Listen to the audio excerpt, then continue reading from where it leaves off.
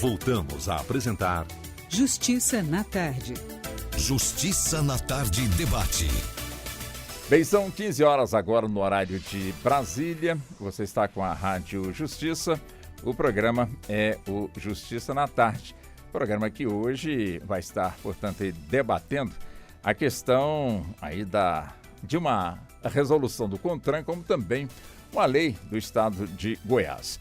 Nós tivemos, portanto, essa ação sendo ingressada na Suprema Corte e essa ação justamente contesta essa resolução, como também contesta a lei do estado de Goiás, já que tanto a resolução quanto a lei proíbem, portanto, aí a reutilização de peças de veículos. E no caso da ação, questiona a constitucionalidade da lei e também a questão da resolução e, evidentemente, também coloca que pode suceder ou suscitar, portanto, aí um privilégio para a indústria de reciclagem de peças em detrimento daqueles que, de alguma forma, desmontam, portanto, aí os veículos para venderem as suas peças. E é evidente que temos aí os ferro-velhos, como também temos os ferro-velhos, ou seja, aqueles que estão devidamente legalizados, como também aqueles que não têm nenhuma fiscalização e não têm nenhuma autorização por parte do poder público para o exercício desta atividade. E como se não bastasse também isso, temos também a questão de se colocar uma peça usada em um carro e este carro estaria comprometido por estar com uma peça já utilizada ou não. Então são as questões com as quais nós vamos estar debatendo o assunto aqui com a nossa convidada, como também com os nossos convidados, com os quais agora eu passo a cumprimentá-los. Começo com a doutora Simone Magalhães, ela que é diretora da Comissão Permanente de Acesso à Justiça do Instituto Brasilcom, que é o Instituto Brasileiro de Política e Direito do Consumidor. Doutora Simone, seja bem-vinda. Muito obrigado mais uma vez por estar conosco aqui nos estúdios. Boa tarde para a senhora. Boa tarde, Walter. Boa tarde a todos os ouvintes, aos colegas que participarão aqui do debate que você já vai apresentar logo em seguida. É sempre um prazer atender o convite da Rádio Justiça e participar aqui trazendo informação para a população. O prazer é todo nosso. Deixa eu também cumprimentar o doutor Marcelo, aliás, depois do doutor Marcelo, doutor Anderson Gomes Rodrigues de Souza, que é especialista no direito de trânsito, advogado também especialista nessa área, não é, doutor Anderson? Também seja muito bem-vindo. Muito boa tarde para o senhor. Obrigado, boa tarde a todos, boa tarde aos ouvintes. Estou aqui à disposição. Então, vamos nós, né? Vamos nós. Deixa eu também cumprimentar o doutor Ricardo Leal, que é especialista em gestão, educação e segurança de trânsito e transporte do Instituto de Gestão e Educação para o Trânsito. Doutor Ricardo, também seja muito bem-vindo. Muito boa tarde para o senhor. Boa tarde, senhor Walter. Boa tarde a todos, aos nossos ouvintes. É extremamente importante estarmos aqui hoje nessa tarde debatendo sobre esse assunto. Trânsito é mesmo assim, né? Causa muitas dúvidas, polêmicas. Sim. E fico muito feliz por atuar nessa área por mais de 20 anos, né? E observar esse espaço hoje sendo aberto aqui para a gente discutir esse tema e que é tão oportuno. Opa, que ótimo, doutor Ricardo, que ótimo. Deixa eu também cumprimentar o doutor Marcelo Batista de Souza, que é advogado especialista também no direito civil. Doutor Marcelo, também seja muito bem-vindo. Muito boa tarde para o senhor. Boa tarde, Walter. Muito obrigado pelo convite. Boa tarde a todos aí que vão compor essa mesa aí para essa discussão desse tema aí tão relevante. Boa tarde a todos os ouvintes. E como, muito já bem dito, é um tema muito interessante aí que, sem dúvida nenhuma, vai ser de grande enriquecedor aí para que possamos debater e levar um pouco mais aí o conhecimento aí ao do público. Muito obrigado. Bom, o sentido do nosso debate é justamente não questionar a ação que foi ingressado aqui na Suprema Corte, levantando e questionando, portanto, aí o aspecto tanto da resolução como também o aspecto da lei aprovada no estado de Goiás. Mas sim levar aí as informações para os nossos ouvintes em relação a essa questão, né, se tem ou não risco, a questão também da legalidade de se adquirir, portanto, uma peça que enfim, reutilizada. É aquela questão, né, que é muito, assim, tem muitos detalhes. Por exemplo, se é proibido justamente a reutilização de peças de carros, quem é que garante que os leilões que acontecem tanto nos DETRANs como também na Polícia Rodoviária Federal? Quem é que garante que aquelas sucatas de veículos que são arrematados, se serão desmontados, essas sucatas serão desmontadas e colocadas, portanto, as suas peças para a venda? Enfim, então são esses os detalhes e outros mais que nós vamos então aprofundar aqui no assunto. Doutora Simone, começo com a senhora.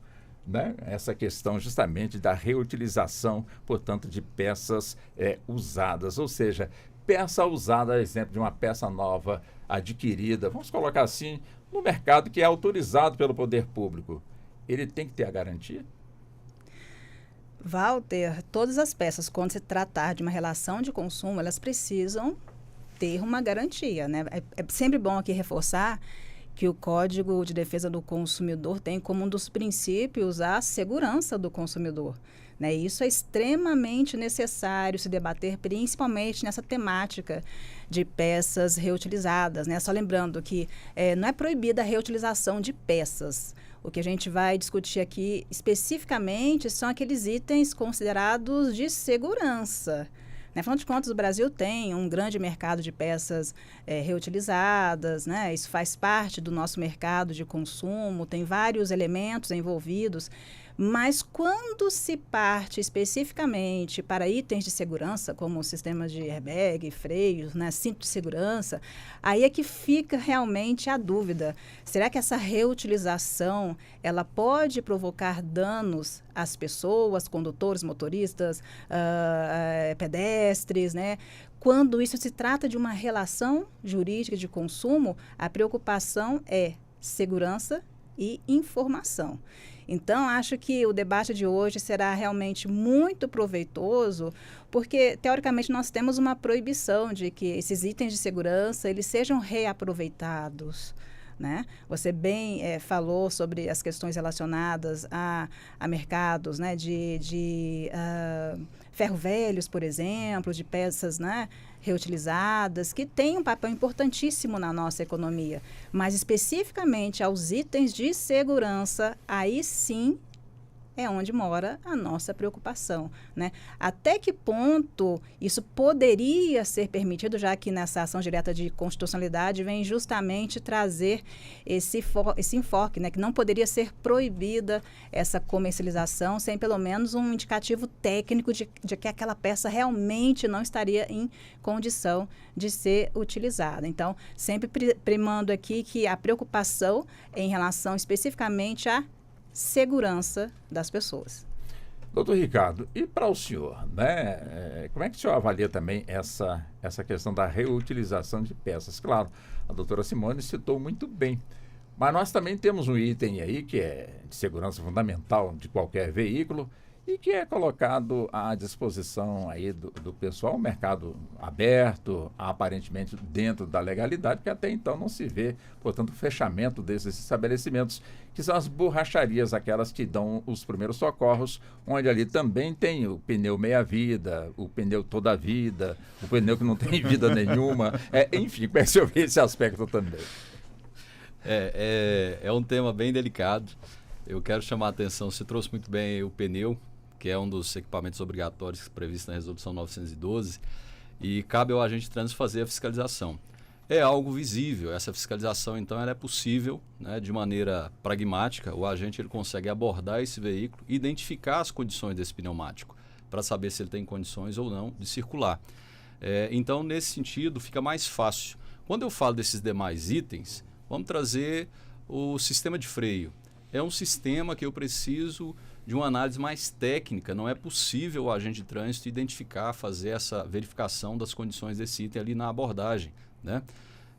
Então, a gente precisa muito bem entender esse histórico do que está acontecendo e para a gente poder se posicionar.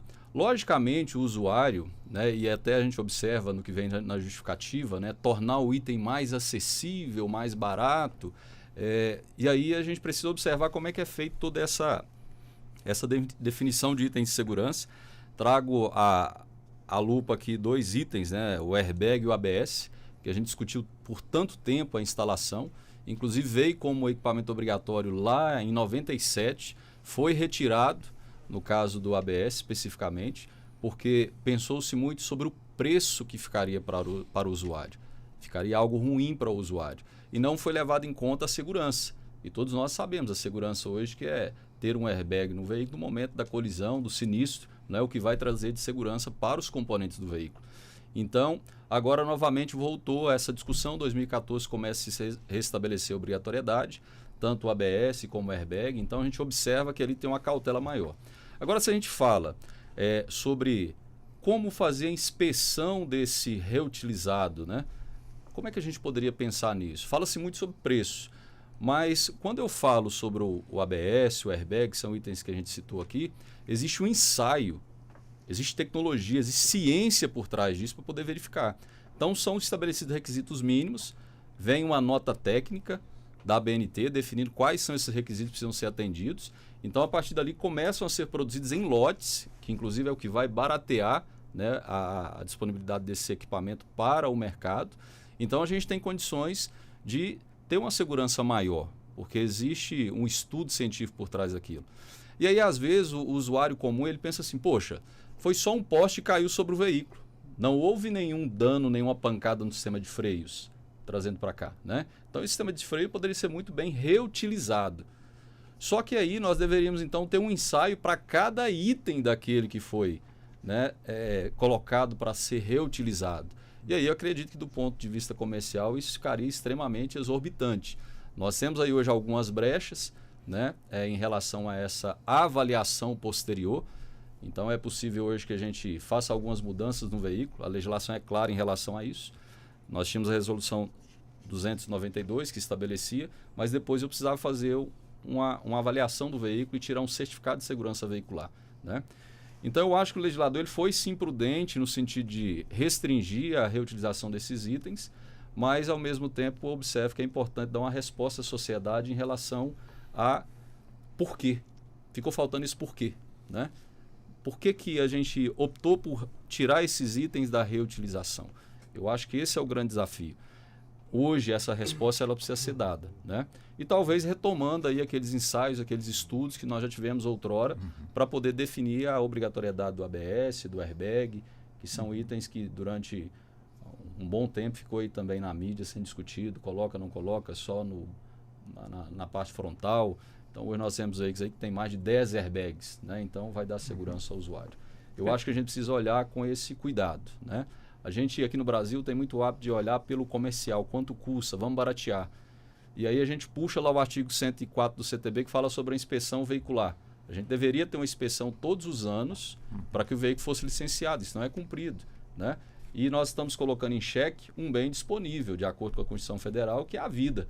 Quantas vidas está custando isso? E vida não tem preço, né, doutor Ricardo? Deixa eu buscar também aqui o doutor Anderson. Doutor Anderson, como é que o senhor também avalia essa questão, ou seja, uma ação que foi ingressada, portanto, na Suprema Corte, é claro, fazendo aí os seus questionamentos e, evidentemente, colocando, portanto, aí para o nosso debate esse tema que realmente é tão caro, até porque o número de acidentes que acontece anualmente no nosso país é digno eu digo assim, né? É de impressionar a quantidade de vítimas que se produz anualmente. Mais que em países em guerra.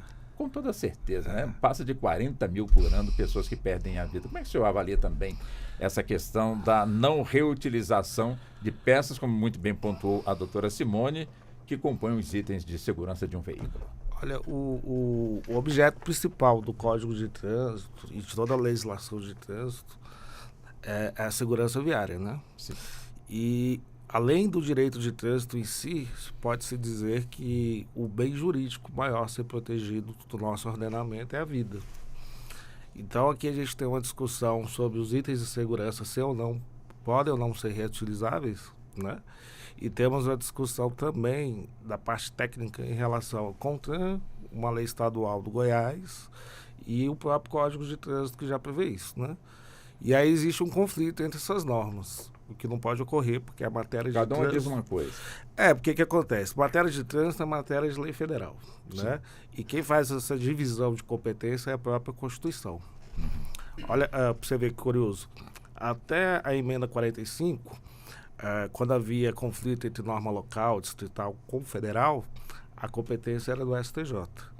com o advento da emenda 45, passou para o STF. Por quê? Porque se é a Constituição que divide as competências da União, dos entes federativos, se um ente da federação está legislando sobre competência de outro, significa que está invadindo aquela competência que é já estabelecida na Constituição. Então, não é matéria de lei federal, é matéria de ordem constitucional, né?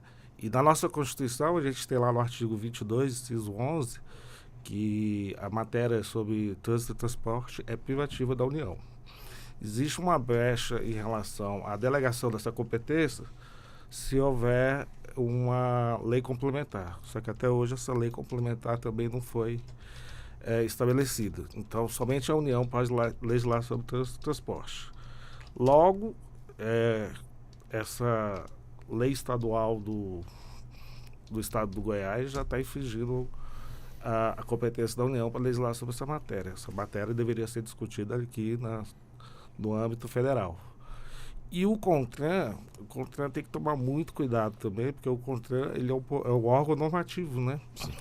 E ele tem um poder regulamentar do Código de Trânsito. Às vezes ele até delega praticamente para o DENATRAN, hoje em dia é SENATRAN. E já tivemos casos, por exemplo, quem não lembra do caso do kit de primeiros socorros, né, que se tornou obrigatório, que criou aquela demanda, todo mundo atrás. Depois também tivemos com o tipo do extintor de incêndio. Isso foram normas que foram implementadas, depois revogadas e causou um grande prejuízo financeiro aos cidadãos, né? Então, assim, o CONTRAN ele só pode regulamentar o que já está na lei. Ele não pode inovar a lei. Então, se a lei não fala que é vedado, o CONTRAN não pode falar que vai ser vedado, entendeu? Então, ele não tem lei no que o CONTRAN e a Assembleia Código Legislativa... Exatamente. Se não o Código tem... não proíbe, não pode o CONTRAN, muito menos uma lei local que não tem competência para legislar sobre a matéria, dizer o contrário. Então, já temos esse problema aí. Entendi. Então, a gente tem que pegar esse debate e levar ali para o âmbito federal, que é lá que tem que ser discutido se deve se rever ou não a permissão de reutilização de peças sobre itens de segurança. Tivemos um caso, né, doutor Marcelo, que com toda certeza chamou a atenção do país. Foi aquele caso da BMW, que os rapazes estavam no seu interior na madrugada, então para aquecer, portanto, o interior do veículo, já que estava em Santa Catarina, uma madrugada fria, aguardando uma pessoa que viria a desembarcar na estação rodoviária em Camboriú, em Santa Catarina, e de repente uma fumaça acabou penetrando dentro do veículo, estava todo fechado, já que houve um realinhamento, portanto, num setor do veículo e acabou, portanto, escapando essa fumaça para dentro do veículo, ou seja, a peça original não estava, portanto, ali no local. Quer dizer, é um risco de quem, de alguma forma, vende peça reciclada ou peça, de certa forma, também que já foi usada. Quer dizer, é um risco, evidentemente, para quem comprou a peça, como também para quem vendeu. Olha, sem dúvida, Walter, esse caso, inclusive trágico, né, que foi noticiado aí por toda a imprensa, ele retrata essa necessidade aí da fiscalização, né, e como muito bem dito pelo doutor Ricardo, apesar do CTB ele prever, né, lá no artigo 104, essa necessidade dessa vistoria anual, nós sabemos que ela não existe. E muitas das vezes, quando existe a vistoria, é uma vistoria meramente de transferência, onde, por sinal, acontecem situações, né, que a gente acaba se deparando ali, que são situações até complexas, onde a pessoa ela acaba trocando o pneu só para passar na vistoria, ela acaba fazendo uma complementação ali só com o objetivo de passar na vistoria, então assim, de certa forma de tentar burlar uma vistoria. Então quando a gente fala de segurança no trânsito, né, ela abrange ali tanto a segurança no tocante à educação no trânsito, mas muito em especial também dos veículos ali que estão sendo utilizados. E essa pauta de hoje, né, dessa reutilização, realmente é um tema muito delicado, porque existem dois lados, né? Existe o lado ali dessa indústria que trabalha, né, com a venda de itens seminovos, como as sucatas, que por sinal, até o próprio O próprio CONTRAN, né, ele tem resoluções que vêm tratar ali de quando que esse veículo pode ser vendido ali como sucata, né, ou seja, quando que é um veículo que tem ali uma pequena monta, uma grande monta, uma média monta, ou seja, até que ponto que esse veículo foi, de certa forma, afetado, e aí ele pode ser vendido para empresas credenciadas, empresas essas, né, que conforme a resolução 611 do CONTRAN, elas precisam ter ali uma determinada fiscalização, mas infelizmente a gente acaba vendo ali em vários locais, inclusive aqui no próprio Distrito Federal, certos locais que vendem peças que você não tem ali muitas vezes a procedência dessas peças. Então, sem essa procedência dessas peças, essa instalação ali, sem uma fiscalização, acaba colocando em risco ali toda a sociedade, inclusive, né, como esse caso narrado ali, né, que as pessoas acabaram vindo a óbito ali em detrimento de uma peça ali, ou da falta de uma peça. Então, sem dúvida nenhuma, a falta da fiscalização, né, ou essa dificuldade na fiscalização, até mesmo pelo Brasil, né, pelas dimensões continentais, a dificuldade ali dessa fiscalização do Estado, acaba trazendo ali fatalidades como essas. Doutora Simone, para que, de alguma forma, quem está adquirindo uma peça nessas condições, quer dizer, é importante que quem está vendendo emita a nota fiscal daquilo que ele está realmente ali atendendo ao pedido do consumidor, até porque, caso venha a acontecer algum fato, haja, portanto, uma prova, não, eu adquiri aqui, e depois fazer um rastreamento para, de certa forma, chegar até a parte que, de certa forma, tem também a sua parcela de culpa na questão. Walter, inicialmente é bom a gente também relembrar que o próprio Código de Defesa do Consumidor, ele determina que em qualquer reparo de produtos sejam utilizadas peças novas, originais. Não quer dizer que não possa ser utilizada peça já usada. Mas, nesse caso, é primordial que o consumidor tenha ciência disso, que ele seja informado e que ele autorize aquela utilização de peças já usadas, né? Aqui falando de peças automotivas em geral, sem mencionar itens de segurança, né? Mas para todos os outros sistemas, né, de peças, conjuntos de peças, isso obrigatoriamente deve ser informado e autorizado pelo consumidor. Nós temos um capítulo específico no Código de Defesa do Consumidor, que são os crimes contra as relações de consumo, que trata justamente desse ponto, né, de instalação de peças usadas sem a ciência e autorização do consumidor. Isso é um crime, né? Pouco se fala sobre essa temática específica, mas a gente precisa lembrar dessa proibição e de que isso é um crime contra as relações de consumo.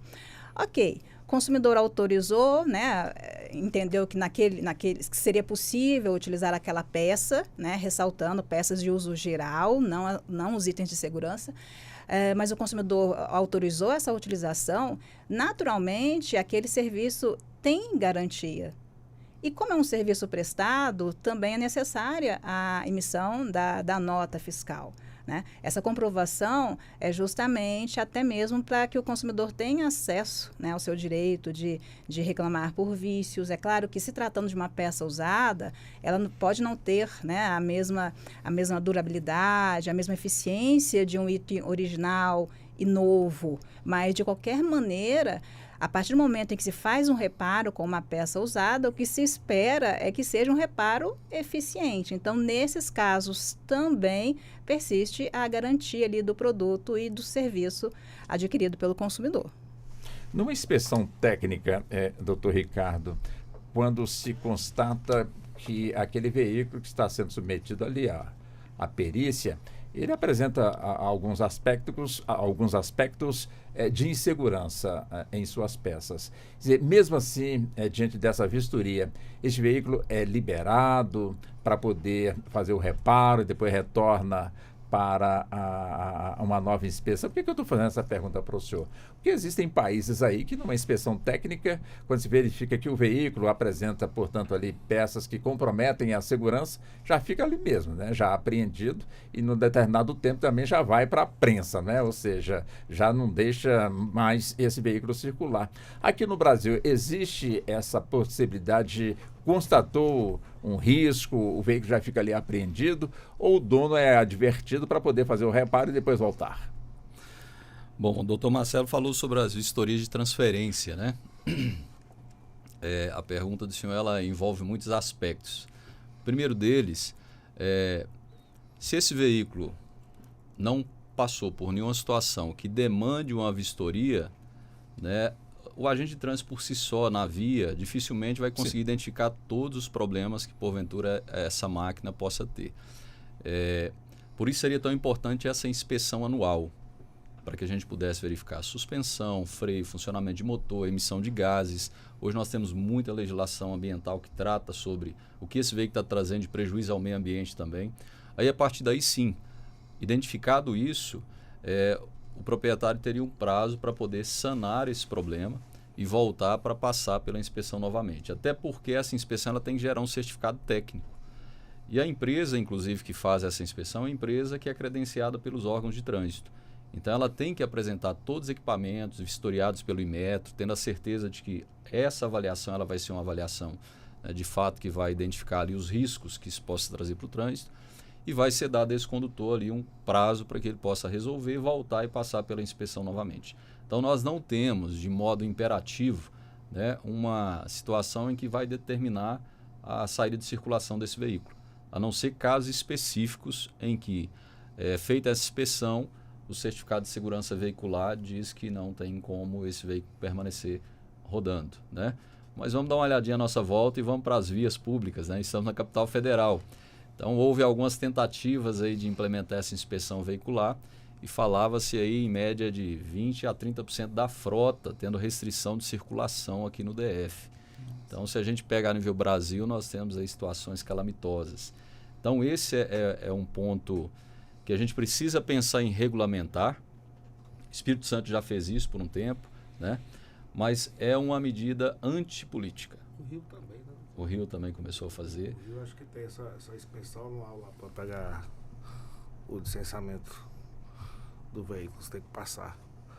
Então a gente tem essa possibilidade, mas eu vejo assim que muitos gestores públicos têm medo de colocar a mão nessa cumbuca, como diz lá na minha terra, né?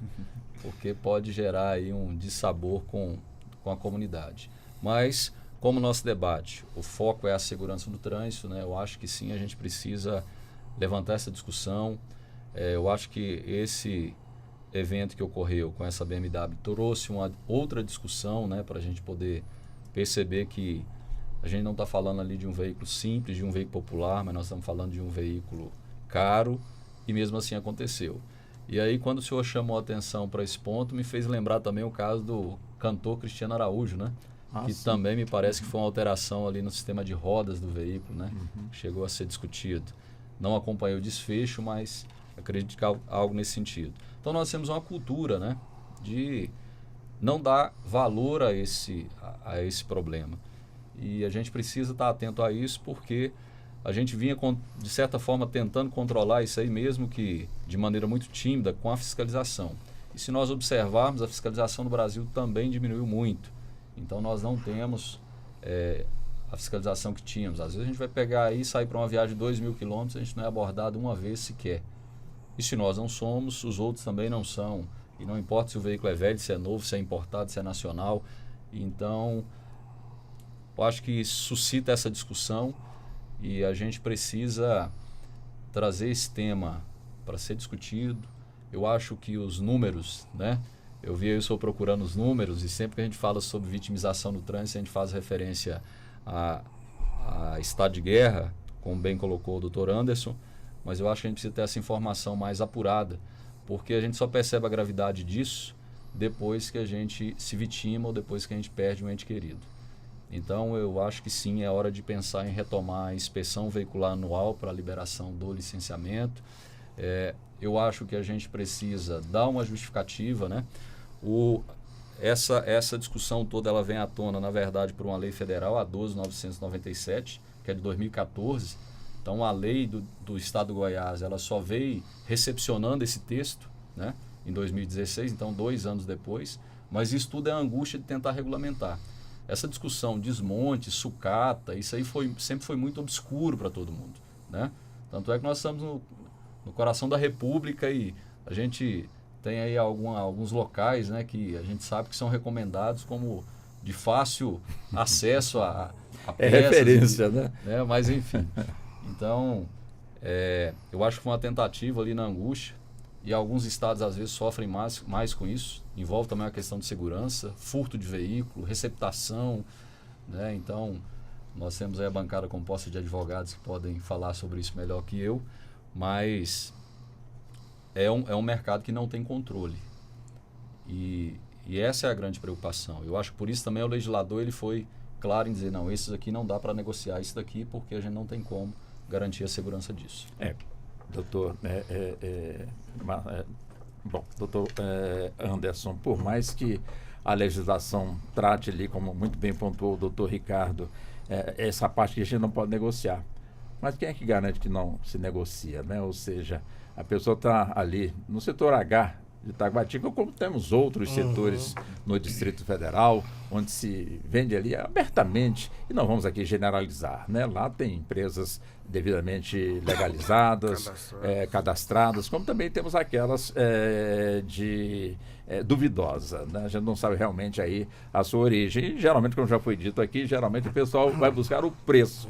Foi mais barato e a peça está ali, então eu levo. E não tem aquele cuidado de saber se a peça está boa ou não. Ou seja, a sensação de quem, de alguma forma, entra ali e adquire, portanto, uma peça sem saber de quem está comprando, seria um risco, doutor, que a pessoa está se colocando, como também a quem estiver dentro do seu veículo? Já existe o ditado, né, que o barato sai caro, né? E então, muito caro, às vezes com a própria vida, né? É algo que tem que ser visto pela própria pessoa, né? O risco, né? Se vale a pena, né? A economia e o custo-benefício daquilo, né? Do que ele está fazendo.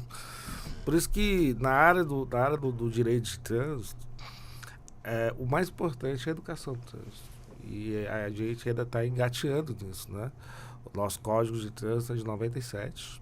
De 97 para cá já passou por diversas alterações e nunca se mexeu naquele artigo que destina apenas 5% dos valores arrecadados com multas para educação do trânsito. É um valor muito irrisório, perto do que é arrecadado, né?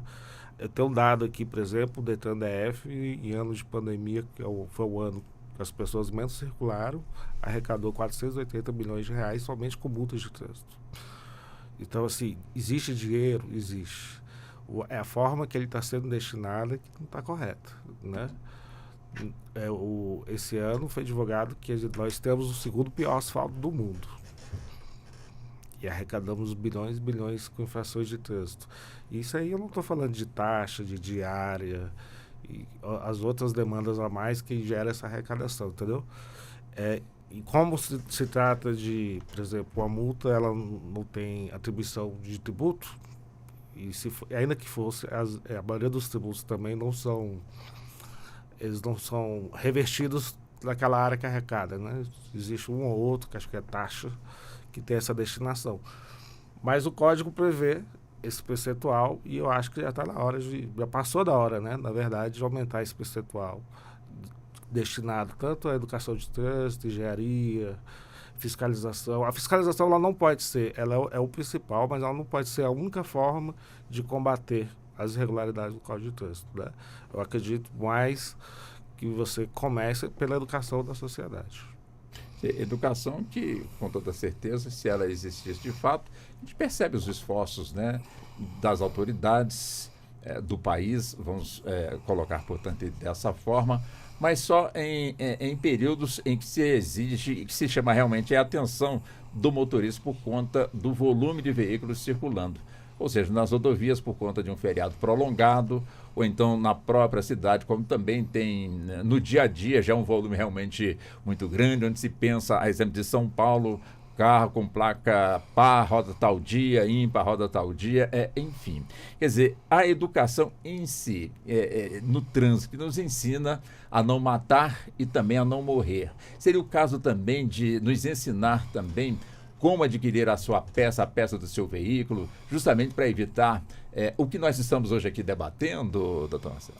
Olha, Walter, o tema ele é muito salutar. Eu queria até rememorar aí os nossos ouvintes de um episódio que foi recorrente aqui no DF em meados de 2020, onde nós tivemos um furto, um índice de furto altíssimo de airbags, né, aqui no Distrito Federal, inclusive o meu, às 12 horas no Guará, né, ou seja, meio-dia ali e o airbag do meu carro foi furtado. E assim, eu ainda não sabia dessa onda que estava acontecendo e foi um pouco assustador você chegar e pensar assim, tinha computador, tinha várias coisas e as pessoas só roubaram o airbag, né? E logo depois foi desbaratada uma quadrilha, né, lá ainda em 2020, acho que chamou a Operação Último Suspiro da Polícia Civil do DF, e foi constatado que esses airbags eles eram levados, né, para São Paulo e parte aqui, né, para o setor H Norte, foram cumpridos diversos mandados de prisão. Então, assim, ou seja, esse fato dessa reutilização desses itens de segurança, né, como muito bem dito pela doutora, apesar dessa ilegalidade, dessa problemática, mas ainda acaba fomentando outros mercados ilícitos, né? Então, nessa época, tanto é que depois que essa quadrilha ela foi desbaratada, não se ouve mais praticamente notícias de furto de airbags aqui no Distrito Federal. Então, quando a gente fala dessa utilização dessas peças, dessa reutilização, ela acaba enquadrando e fomentando, né, um mercado ilegal. Ela acaba colocando em risco ali o adquirente e todos os ocupantes ali daquele veículo, né? E a gente ainda vai para um outro cenário, que é quando esse veículo ele é vendido, né? Porque pode ser uma venda ali, por exemplo, de uma concessionária ou de uma pessoa que tem ali uma condição de fornecedor, né? Ela faz essa venda ali para um consumidor, ou pode ser a venda entre pessoas físicas mesmo, né? E em ambos os casos existe a responsabilização, né? A responsabilização do CDC e a responsabilização da pessoa física. Por muitas vezes a pessoa física pensa assim, se eu estou vendendo um veículo, eu não tenho uma responsabilidade se eu troquei uma peça, ou se eu voltei a quilometragem, né, do veículo, que existem empresas, né, clandestinas que fazem isso. Então, a pessoa ela tem que saber que ela também responde pelo Código Civil, independentemente da relação de consumo. Então, sem dúvida, quando a gente fala de educação, a gente tem que falar no sentido lato, né, da pessoa pensar que, primeiro, é uma questão de segurança e, segundo, é uma questão de responsabilidade civil ali, caso ele esteja cometendo ali essa conduta ilícita, né? Ou ilícito criminal ou ilícito civil também. Até criminal, né? Exato. Doutora Simone, claro, né, quando acontece, portanto, aí, a necessidade do reparo de um carro por conta de um acidente, ou enfim, porque há de fato a necessidade de um reparo, geralmente as pessoas tendem a fugir das concessionárias. Não estou aqui criticando de forma alguma as concessionárias. É que criou aqui no nosso país que levar carro em concessionária é muito caro, ao passo que é melhor levar numa oficina ali de um conhecido que o preço sai pela metade. Evidentemente que as pessoas também sabem que levando na concessionária, lá dificilmente vai aproveitar uma peça. Ali vai ser trocada, portanto, ali a peça. Por isso, o preço maior. E numa outra oficina, ali não se troca a peça, negociando, portanto, com o dono do veículo, que pode até sugerir ou querer que troque, portanto, a peça, mas ali pode realmente recuperar, portanto, aquela peça. Agora, a questão da segurança em si é um outro problema. Aí fica também aquela questão no campo da educação. Ou seja, as concessionárias, de alguma forma, que na visão de boa parte das pessoas cobra muito caro, mas vida não tem preço. E o serviço que sai ali, sai perfeito. Não quer dizer também que na oficina o serviço também não saia também perfeito. Mas sempre há, portanto, esse desequilíbrio quando a pessoa vai tomar uma decisão para poder realmente tirar do seu bolso, já que não tem um devido seguro. Então, retirar do bolso para poder, então, fazer o reparo naquele carro. Quer dizer, isso também estaria dentro da educação veicular que nós estamos, educação de trânsito que nós estamos aqui abordando, doutora Simone. Walter, foi bom você tocar nessa questão das concessionárias e nessa análise, né, de custo-benefício, preço, porque realmente os preços no Brasil eles são altíssimos, começando pelo próprio valor dos veículos. É por isso que se discute tanto sobre reutilização de peças, porque qualquer reparo que se faça em um automóvel é dispendioso, né, para aquele proprietário, para aquela família. Mas também nós temos a questão da responsabilidade. A gente sabe que manter e dar manutenção em um veículo realmente exige um investimento, né, para se ter esse bem. Quando a gente fala sobre concessionárias, naturalmente os valores são mais elevados, porque tem-se ali uma garantia, né, de qualidade, uma garantia de que as peças são novas, são originais, estão respeitando todos os elementos técnicos, né, justamente para que o reparo naquele veículo aconteça da melhor forma possível, sem promover ali, né, outras dores de cabeça para aquele consumidor, né, porque aqui especificamente é uma relação de consumo, essa com a concessionária. E só fazer aqui, abrir um parênteses, né, porque nós tínhamos falado sobre peças utilizadas e peças novas. Muitas pessoas têm dúvidas em relação à garantia quando se compra um veículo novo, né? Porque as concessionárias, a montadora, o fabricante, impõe ali certas regras para o consumidor usufruir daquela garantia. Geralmente o automóvel tem ali garantia de 2 anos, 3 anos, algumas oferecem 5 anos, enfim. E o consumidor fica na dúvida se ele realmente é obrigado a levar o seu veículo para fazer essas revisões na concessionária, né?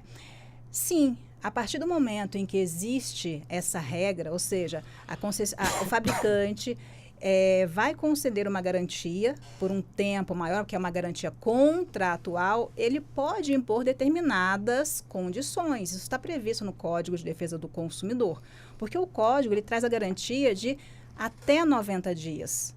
Tudo que vem além desse prazo é uma garantia contratual, ou seja, é uma liberalidade daquele fabricante do veículo ofertando para o consumidor aquela garantia. Dessa forma, ele pode impor determinadas condições e, naturalmente, a condição mais básica que ele impõe é levar aquele carro para revisões na concessionária, né? Afinal de contas, vai estar ali a marca daquele veículo, né, vai estar preservada. Então, pode sim haver esse tipo de questão. Então, se o consumidor ele quer realmente manter o seu direito à garantia, ele precisa observar, antes de comprar o veículo, observe quais são as regras, se ele concorda com aquilo ou não, porque se não concordar e quiser levar em outro lugar, ele pode fazer isso, mas sabendo que provavelmente ele vai perder aquela garantia de alguns anos ofertada pelo fabricante. Tá? Você mencionou a questão do seguro, que é um ponto também primordial. Infelizmente, no Brasil, nós não temos tanta cultura assim do seguro, porque, naturalmente, o seguro de um veículo também é oneroso para muitas famílias, né? Nós sabemos disso, mas, novamente, observar aqui o equilíbrio entre possibilidade, realidade. O seguro ele vai trazer uma proteção, uma garantia e uma tranquilidade para aquela família, e não somente para aquela família proprietária do veículo, como também para outras pessoas, né, que se envolvam em determinado acidente com aquele veículo. Então, a partir do momento em que um proprietário ele faz o seguro do veículo, a gente não vai nem ficar discutindo essa questão de reutilização de peças usadas ou não, se é caro ou não na concessionária, porque ele já vai ter a garantia, ele vai pagar ali só aquele valor da franquia, sabendo que o veículo, a propriedade dele, está assegurada. Então, a questão do seguro no Brasil, né, infelizmente muitas pessoas acham que é desnecessário. Eu acho interessante também conversarmos sobre isso, né, porque as seguradoras elas têm um papel muito importante, um papel até mesmo em relação à própria segurança, né, a segurança do condutor, dos passageiros, essa incolumidade física, essa proteção à vida, né, que indiretamente a gente vem conseguindo também com esse papel que as seguradoras têm no Brasil. Então, a partir do momento em que um consumidor ele opta por não levar na concessionária, o que se recomenda é procure uma oficina que ele realmente confie, que ele saiba a procedência, que ele saiba que ele realmente confie naquelas pessoas que estão ali, sabendo que a utilização de peças, mesmo se forem usadas, terão certa procedência, porque isso é extremamente importante para se garantir essa segurança que nós estamos conversando aqui no programa de hoje. Agora, doutor Ricardo, na aviação, fazendo uma comparação, ali a aeronave ela tem o seu prazo de validade. Pode estar tinindo, brilhando Não saiu nem um pedacinho do cromo, mas venceu, tira e coloca, portanto, uma nova. Imagino que essa peça não venha a ser reutilizada em outra aeronave, porque na fiscalização vai constar. O que não pode ser também assim nos carros? É uma pergunta que me remeteu aí à formação do condutor. A gente está falando aqui tanto sobre educação, né? E eu apontando que talvez a saída esteja ali. E quando o senhor fala sobre aviação, eu me recordo do simulador, né? Sim. Possivelmente foi discussão por aqui também, que a ideia era exatamente a gente trazer para a formação do condutor um pouco do modelo que nós temos e metodologia da aviação, né? Para que eu pudesse colocar alguém atrás de um volante, assumindo aquela máquina, a condução daquele veículo, eu pudesse primeiramente passar pelo simulador. Entra muito o fator cultura, né? Porque aí não tem aceitação da comunidade, do público consumidor. Então, às vezes até mesmo a falta de zelo de quem está recebendo essa responsabilidade. Porque o simulador acabou sendo taxado como um jogo de videogame. E hoje o simulador está por aí, guardado em algum lugar, talvez tenha se tornado sucata, esteja sendo reutilizado para alguma outra coisa, né? Já que também estamos falando sobre a reutilização. E a ideia, durante algum tempo, sim, né? Ainda a Denatran, a ideia era aproximar o trânsito de veículos nas vias públicas também dessa ideia, dessa cultura que se tem na aviação. Outro exemplo que eu gosto sempre de tratar, quando sou ponderado sobre isso, é sobre o toxicológico, né? Também é outro problema, porque se a gente fala de um piloto, ele tem ali a lista de testes que ele tem que fazer de tempo em tempo. Então o rigor é muito grande. E por isso nós temos tanta confiança, né, quando a gente entra em uma aeronave. Tem confiança porque a gente confia na manutenção daquele equipamento, confia na formação do piloto. E quando a gente fala do toxicológico aqui para o condutor, o tema é bem banalizado e não é muito aceito pelos condutores profissionais. Eu me recordo que um dia estava dando um treinamento e provoquei o público sobre isso.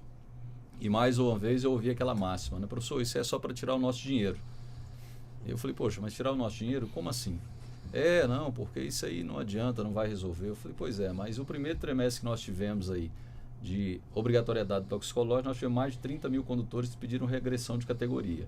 Porque quem tem que fazer o toxicológico? Só quem é C, D e E, né? Depois nós tivemos aí mais de 90 mil condutores que foram suspensos ao direito de dirigir porque foram pegos em algum tipo de uso de substância. Poxa, professor, mas eu não sabia disso. Então, estava falando do Dr. Marcelo ali, a gente estava antes do programa, sobre a importância de dar mídia a esse assunto, de falarmos sobre isso. Isso aqui é educação, né? Falar sobre isso, discutir, trazer orientações, como a doutora Simone está falando, sobre a importância do seguro, né? Sobre a importância de se optar por um prestador de serviço de segurança que vai te dar garantia, né? Então, quando eu comecei a falar sobre esses números, sobre esses dados, aí o público ficou assustado, né? Eu chamei a atenção de todos e disse, quem aqui já fez uma viagem de avião?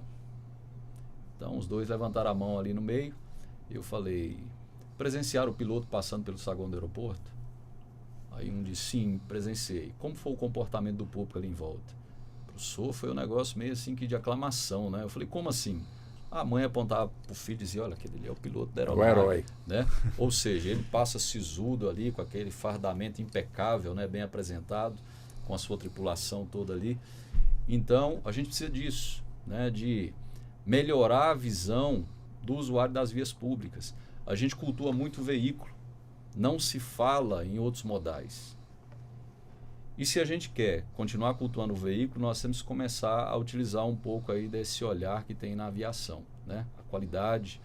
Mas também o senhor toca em outro assunto que é extremamente delicado. Olha a fiscalização que se tem lá. Será que se eu colocar a mesma fiscalização aqui para os automóveis, como é que fica isso? Né? Lá é interessante, todo mundo quer. Inclusive, quem utiliza esse modal da aviação é uma pessoa que preza pela segurança. Aqui é uma medida popular aqui embaixo. Se eu utilizar, eu vou gerar desconforto com muitas pessoas. Então, não tenho dúvida que se a gente montar uma blitz ali agora, a gente vai, meia hora, talvez a gente consiga reter ali uns 50 veículos. Ou mais. Com problemas de equipamentos obrigatórios. Então, quando o senhor faz essa comparação, nós estamos falando de cultura, de uso, de percepção de risco, que é o que nós não temos quando a gente fala sobre o veículo. Me recordo que há um tempo atrás ventilou a possibilidade de desobrigar o dispositivo de retenção de crianças. popularmente chamado de cadeirinha, né? Todo mundo achou isso um absurdo. Mas aí, ao mesmo tempo, a gente para e pensa, poxa, quem é a criança que está no veículo? É o meu filho, é o meu neto, é o meu sobrinho, é o meu afilhado. Será que precisa ter uma lei obrigando que tenha ali aquele dispositivo, né? E aí são 23 anos como agente, como policial e me deparando com essas situações. E muitas vezes eu que sou o vilão da história, né? Coloco o cinto porque senão vai prender o papai. Então, é um fator cultural. E lei não muda a cultura. O que muda a cultura é a educação, né?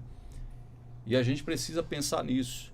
Como é que a gente vai promover essa educação? De novo, o CTB diz lá no capítulo 6 que a educação para o trânsito tem que acontecer desde a educação infantil. E onde está essa educação nas escolas? Educação básica, ensino superior.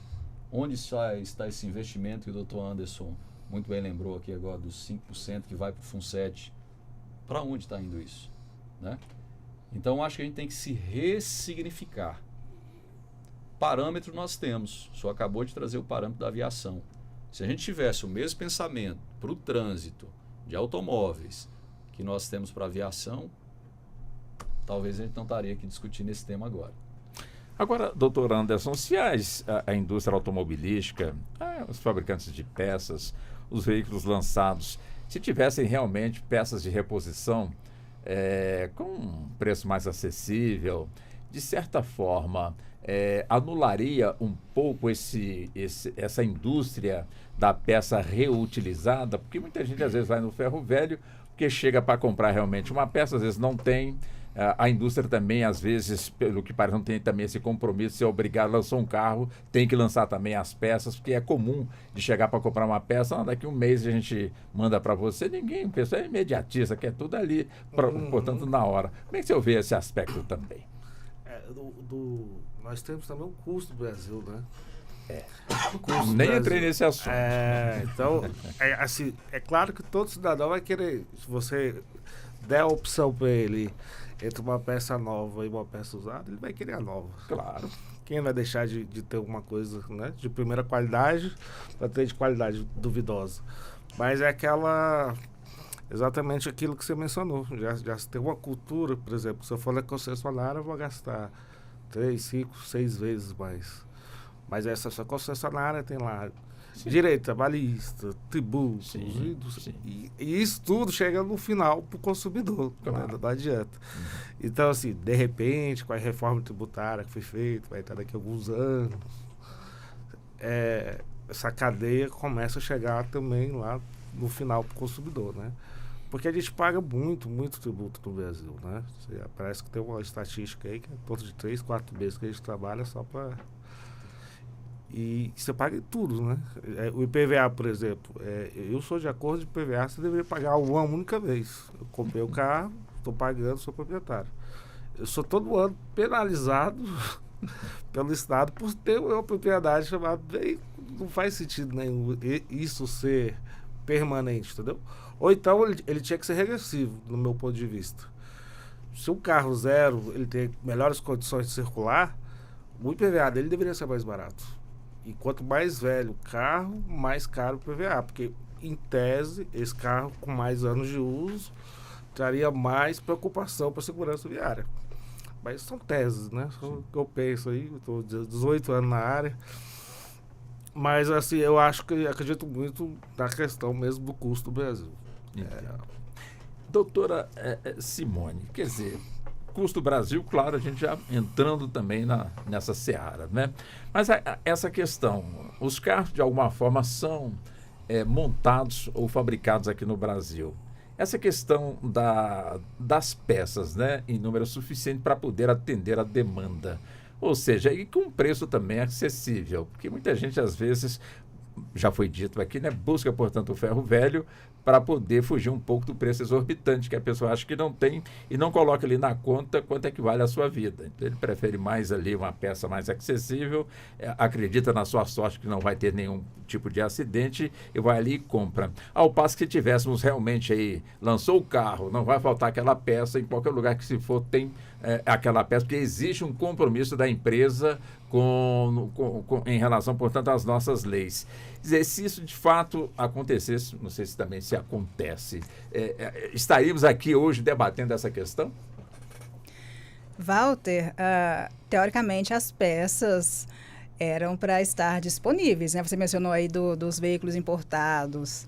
Então, a partir do momento em que o consumidor compra um veículo, sendo nacional ou importado, o que se espera é, se surgir alguma problemática, que ele tenha acesso rapidamente às peças. Mas, na prática, infelizmente, isso não é sempre que acontece, né?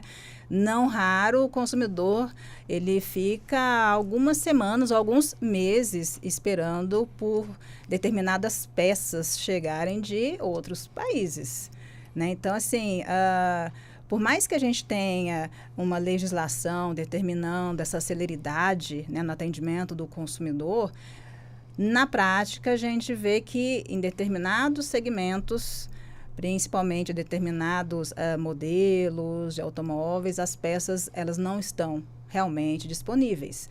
E aí o consumidor acaba ficando preso, né? Mencionei agora há pouco sobre a garantia. Se aquele consumidor está com um veículo novo, seminovo, que está dentro da garantia ainda, naturalmente ele vai ter que se submeter e ficar esperando por meses a chegada daquela peça. E aí, durante esse tempo, provavelmente ele não vai ter acesso ao veículo, dependendo do tipo de peça, né, que estivermos falando, ele não vai ter acesso ao veículo. Aí nascem outras problemáticas decorrentes, né, dessa prestação do serviço que não foi a contento ali pela concessionária, né, por não disponibilizar essas peças prontamente. Mas acredito que nós mencionamos aqui agora há pouco a questão dos custos, né, que a gente não é novidade para ninguém, nós sabemos que são realmente altos e que as pessoas, aí não somente o consumidor, né, mas mesmo quando não se tratar de uma relação de consumo, quando se tratar de uma compra direta ali, na compra e venda entre duas pessoas, que não é uma relação de consumo, é uma relação civil, naturalmente a pessoa ela vai tentar ter algum tipo de economia naquela compra, né? Isso é inerente a todos nós. A questão que fica latente é até que ponto essa economia, ela deve estar em primeiro lugar, né? A gente tem sempre essa análise, né, de segurança versus economia, que é extremamente importante, né? Na cabeça de alguns consumidores não faz sentido, por exemplo, alguns limpadores de para-brisa custar, de repente, mais de R$500, não faz sentido, né, na cabeça dele, e ele vai procurar uma peça paralela. R$50. Aí vem novamente a questão da segurança, né? No momento da chuva, ou seja, no momento em que ele realmente precisa, é que ele vai sentir a necessidade de ter esse equipamento funcionando adequadamente. Né? Porque durante todo aquele período de seca, a gente aqui em Brasília, a gente sabe que é um longo período de seca, né? E aí também a questão da educação, seria muito interessante sempre reforçar, né? Eu sei que o Detran, por exemplo, a gente tem campanhas educativas, mas a educação ela precisa ser uma constante. Não dá para parar a educação. Nessas campanhas educativas, elas são extremamente importantes. Mas também, como envolve custo, a gente não tem essa frequência como deveria ser, penso eu, enquanto cidadã, né? Porque eu prezo muito por campanhas educativas, porque eu sei que vai formando esse subconsciente que demora, às vezes, alguns anos. Né? Por isso que ela precisa ser constante. Então, até mesmo essas questões de campanhas educativas ajudam nessa escolha pela peça. Realmente, a original, de repente, custando mais de R$500, um limpador de para-brisa, aquela borrachinha, vai ser extremamente oneroso. Por quê? Mas se você vai procurar de um similar, vá realmente em um lugar que tenha procedência. Porque mesmo esse limpador de para-brisa faz uma diferença enorme naquele momento em que a pessoa precisa. Né? A questão de acidente de trânsito, principalmente, né, quando está chovendo, a gente sabe aí, né, o quanto aumenta, né, o perigo, as ruas, né, com a água, vão trazendo uma complexidade maior para a direção. Então, é sempre bom frisar que a economia, ela precisa realmente ser muito bem avaliada, porque, a meu ver, a segurança ela precisa estar sempre em primeiro lugar. Perfeito. Eu peço licença à senhora, como também aos nossos entrevistados, para o nosso intervalo. 1 hora já se foi e, claro, vamos voltar, vamos ter mais 1 hora também para que possamos dar aí esse debate que está sendo realmente muito proveitoso, muito bom. Intervalo, voltamos em instantes. Até já. Você está ouvindo Justiça na Tarde.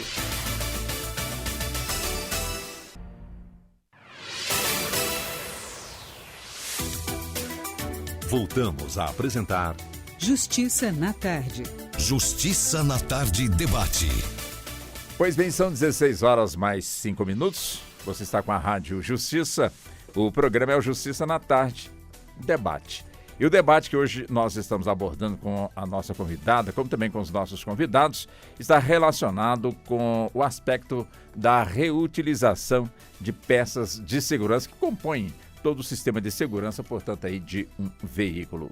Já vencemos a primeira hora, debatendo o tema com a doutora Simone Magalhães, ela que é diretora da Comissão Permanente de Acesso à Justiça do Instituto Brasilcom, que é o Instituto Brasileiro de Política e Direito do Consumidor. Também com o doutor Anderson Gomes Rodrigues de Souza, que é advogado especialista no direito, ou seja, em direito de trânsito.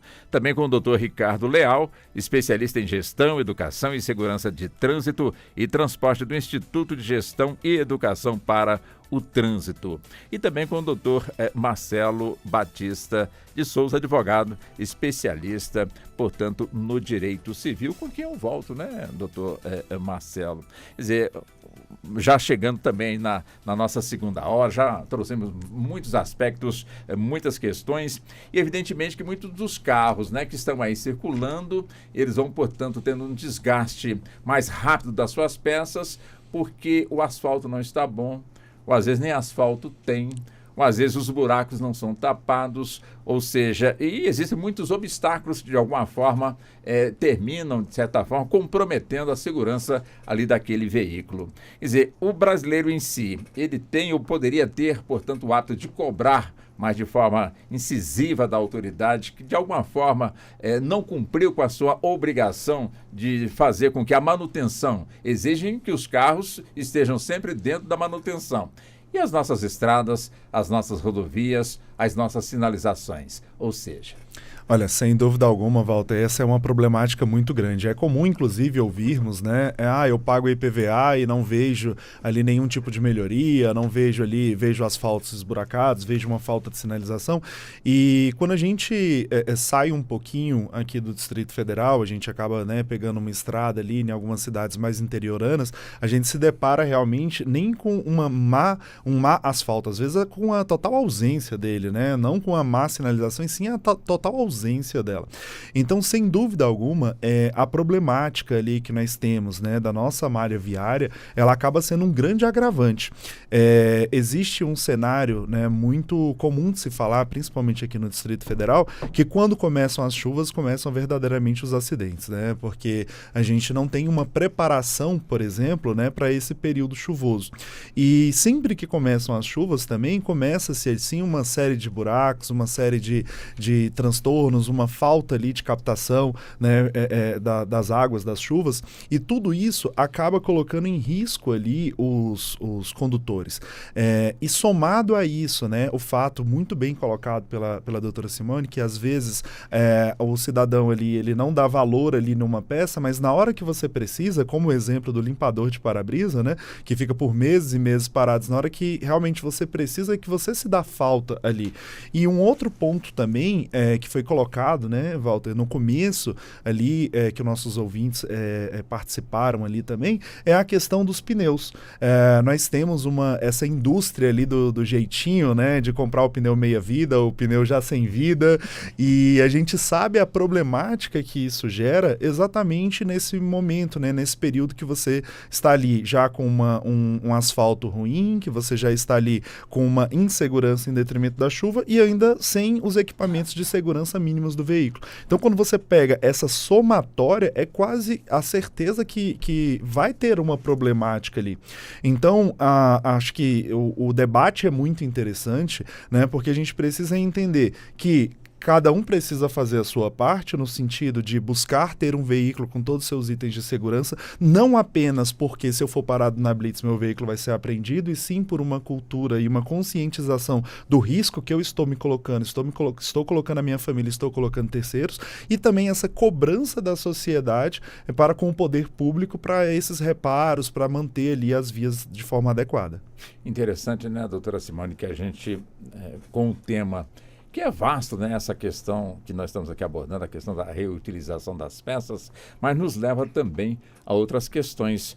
Ou seja, não quer dizer que tenha sido por conta de uma reutilização de peça quando um transporte público quebra e deixa, portanto, o passageiro no meio do caminho. E o passageiro que pagou ali a sua viagem e, evidentemente, houve, portanto, aí, no caso, a peça que não permitiu mais que o ônibus prosseguisse, então teve que parar. Então, a regra, não sei se está escrito ou não, é esperar que passe o próximo ônibus para a pessoa, então, embarcar. Só que o próximo ônibus que passa também passa super lotado. E o pessoal tem que se amontoar, portanto, em cima do outro. Isso é certo no campo do direito do consumidor? Sérgio, Walter, você tocou muito bem nesse ponto do transporte coletivo, porque é uma relação de consumo, né? Ou seja, tudo o que está previsto ali no código deveria ser observado também nesse transporte municipal. Mas, infelizmente, a nossa realidade é totalmente desconectada com o que está previsto nas legislações. Ou seja, a nossa população é transportada, não raramente, em condições muito precárias, né? Você mencionou aí a lotação, né? E é uma realidade, principalmente nos horários de pico, principalmente nas grandes cidades.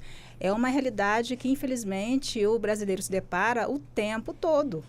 E a quebra desses ônibus, né? Coisa que não deveria acontecer, pelo menos não acontecer com a frequência que acontece, mostra justamente um desleixo na questão da manutenção. A manutenção obrigatória deveria ser realmente respeitada. Afinal de contas, esses ônibus, eles estão aí transitando o dia todo e, naturalmente, precisa ter esse planejamento em relação à manutenção, né? Não raro eu escuto, né, das pessoas que trabalham próximo a mim, dizendo justamente que, olha, vou atrasar um pouco porque o ônibus quebrou, né? E isso realmente vai ocasionando ali um atraso em cadeia. Porque o trabalho de né, o atraso de vai repercutindo no trabalho das outras pessoas. Então, infelizmente, aqui a gente vê uma problemática em questão da responsabilidade dessas empresas quanto à manutenção desses ônibus. E aqui a gente não está nem falando especificamente se está sendo utilizada peça usada ou não, né? A gente está um passo atrás. A manutenção realmente está sendo obedecida dentro daquele planejamento obrigatório que essas empresas precisam seguir? Acredito que não. Acredito que a gente ainda precisa avançar bastante nesse ponto. Afinal de contas, é a segurança, novamente, que está em jogo.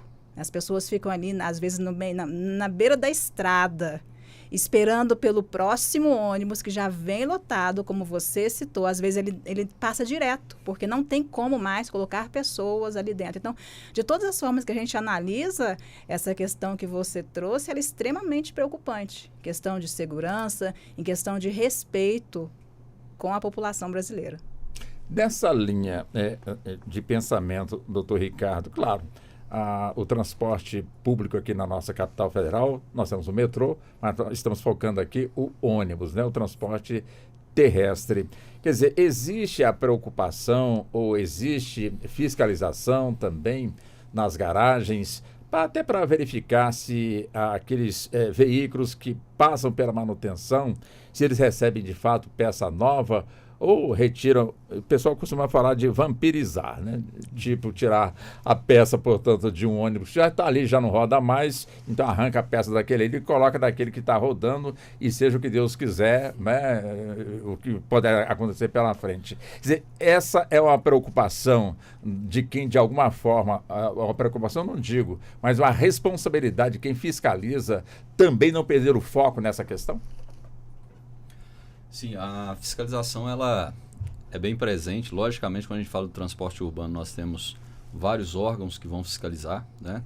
Existem instituições que vão fiscalizar a parte da legislação de trânsito, existem instituições que vão fiscalizar a parte da concessão dessas empresas para poderem circular, e existe a fiscalização desses veículos. Aí sim, né, a gente retoma a inspeção veicular.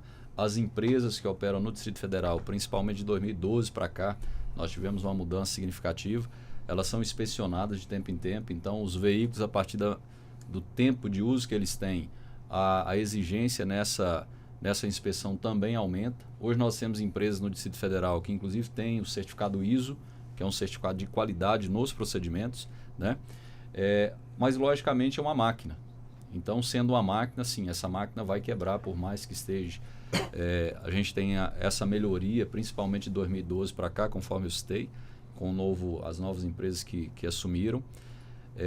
Então, é um equipamento, é uma máquina. E a gente ainda tem algumas dificuldades que precisam ser tratadas, que é a parte de planejamento, né, do público que vai utilizar esse veículo. A gente, como cidadão de bem, a gente costuma olhar muito o que está funcionando, o que o Estado faz a gestão, né? Mas a gente não pode também deixar de falar sobre o transporte pirata, que dificulta muito o planejamento. Hoje, quando a gente fala sobre essa parte de mobilidade, eu gostaria muito de poder deixar meu veículo em casa e poder chegar até aqui utilizando transporte público. Mas eu não sei se eu vou ter um horário, eu não sei se eu vou ter um conforto, eu não sei se eu vou conseguir chegar aqui a tempo do nosso compromisso, né? E quando a gente coloca tudo isso à mesa para poder discutir, aí vem alguns apontamentos que a gente também precisa dar conta deles. Nós precisamos reduzir o transporte pirata para dar mais autonomia a essas empresas. Então hoje, para você ter ideia, nós temos bacias que são operadas, que de repente está ali trabalhando com uma média de 400 ônibus e tinha potencial para 800 ônibus. E não opera porque o transporte pirata ele é imperativo, né? Inclusive chegando ao ponto de ter grupos de WhatsApp da carona solidária, que nada mais é do que uma forma de se praticar esse transporte pirata. Então, assim então? É assim. Quer dizer, canalizou então o que era legal para o ilegal? Exatamente. Então, conforme a gente falou antes, né, sobre a engenharia do bem, engenharia do mal, então também tem esse outro aspecto que a gente tem que trazer para essa discussão, porque é planejamento, tem custo, né? A gente, enquanto cidadão, a gente precisa de um transporte coletivo de qualidade. Inclusive, isso tem levado muita gente ao uso individual do veículo, mas da mesma sorte, de acordo com a minha capacidade financeira, se eu optei por utilizar o meu veículo, moro um pouco mais distante do meu local de trabalho, eu não consigo fazer a manutenção de combustível. E aí eu começo a ir para esses outros caminhos, né? Fazer o grupinho do WhatsApp, a carona solidária, aí de repente os amigos já não vão, eu começo a parar de ponto em ponto e fazer chamada, e aí a gente vai cair lá na reutilização das peças, porque quando chega a hora da manutenção eu não consigo ir para uma concessionária, eu não consigo comprar, né, a peça original, e eu vou buscar uma opção mais barata. E a segurança ela vai ficando em terceiro, quarto ou quinto plano. Então falar sobre a mobilidade hoje nos grandes centros é algo extremamente complexo, né? E a gente precisa trazer todas essas variáveis para análise, para entender o que de fato acontece. E a gente não tem as informações, os números precisos, mas a gente observa um esforço, né, dessas empresas, principalmente porque tem a concessão do Estado e são fiscalizadas, no sentido de fazer um atendimento de qualidade, mas se depara com toda essa outra conjuntura aí fora de concorrência desleal. Perfeito. Agora, doutor Anderson, quer dizer, foi dito, acho que pelo senhor mesmo, né, no início, do que o que não está na lei, então não há do que cobrar ou então exigir. A pergunta é justamente essa, estamos aqui colocando tantos assuntos, né, tanto que essa ação que foi ingressada aqui na Suprema Corte, onde, portanto, aí vem sendo questionados, portanto, uma resolução do CONTRAN, que é um órgão que cuida do trânsito, como também uma lei estadual que passou, portanto, no estado de Goiás, quer dizer, a constitucionalidade, portanto, de ambas a resolução e a lei, vem sendo questionado, como também outros aspectos. Aí eu pergunto ao senhor, o Brasil precisa de um novo código de trânsito, um novo código de trânsito brasileiro? Não precisa. Aliás, a nossa legislação ela é completa, só que ela peca do caráter punitivo, né? O Código de Trânsito ele tem o caráter educativo e o caráter punitivo. E aí muito se fala do caráter punitivo. Então, assim, eu vou dar um exemplo que ocorre na prática. Se você for autuado, em tese, você tem direito a recorrer e questionar a infração. Em tese. Na prática, ninguém tem direito a recurso. Vou te dizer o que acontece. O Estado tem uma estrutura para criar, autuar, fiscalizar. A fiscalização de trânsito é muito forte, né? Diria que é o braço direito do Estado, a forma que mais se usa.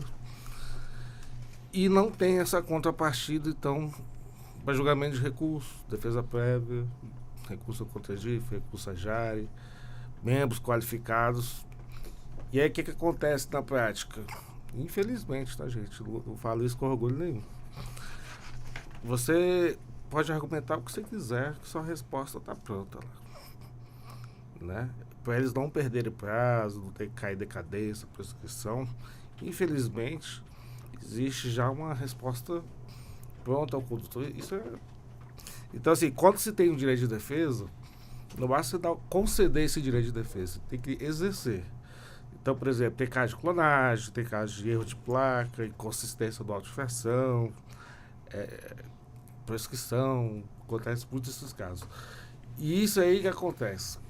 Com essa falha do Estado, o Executivo acaba abarrotando o Judiciário.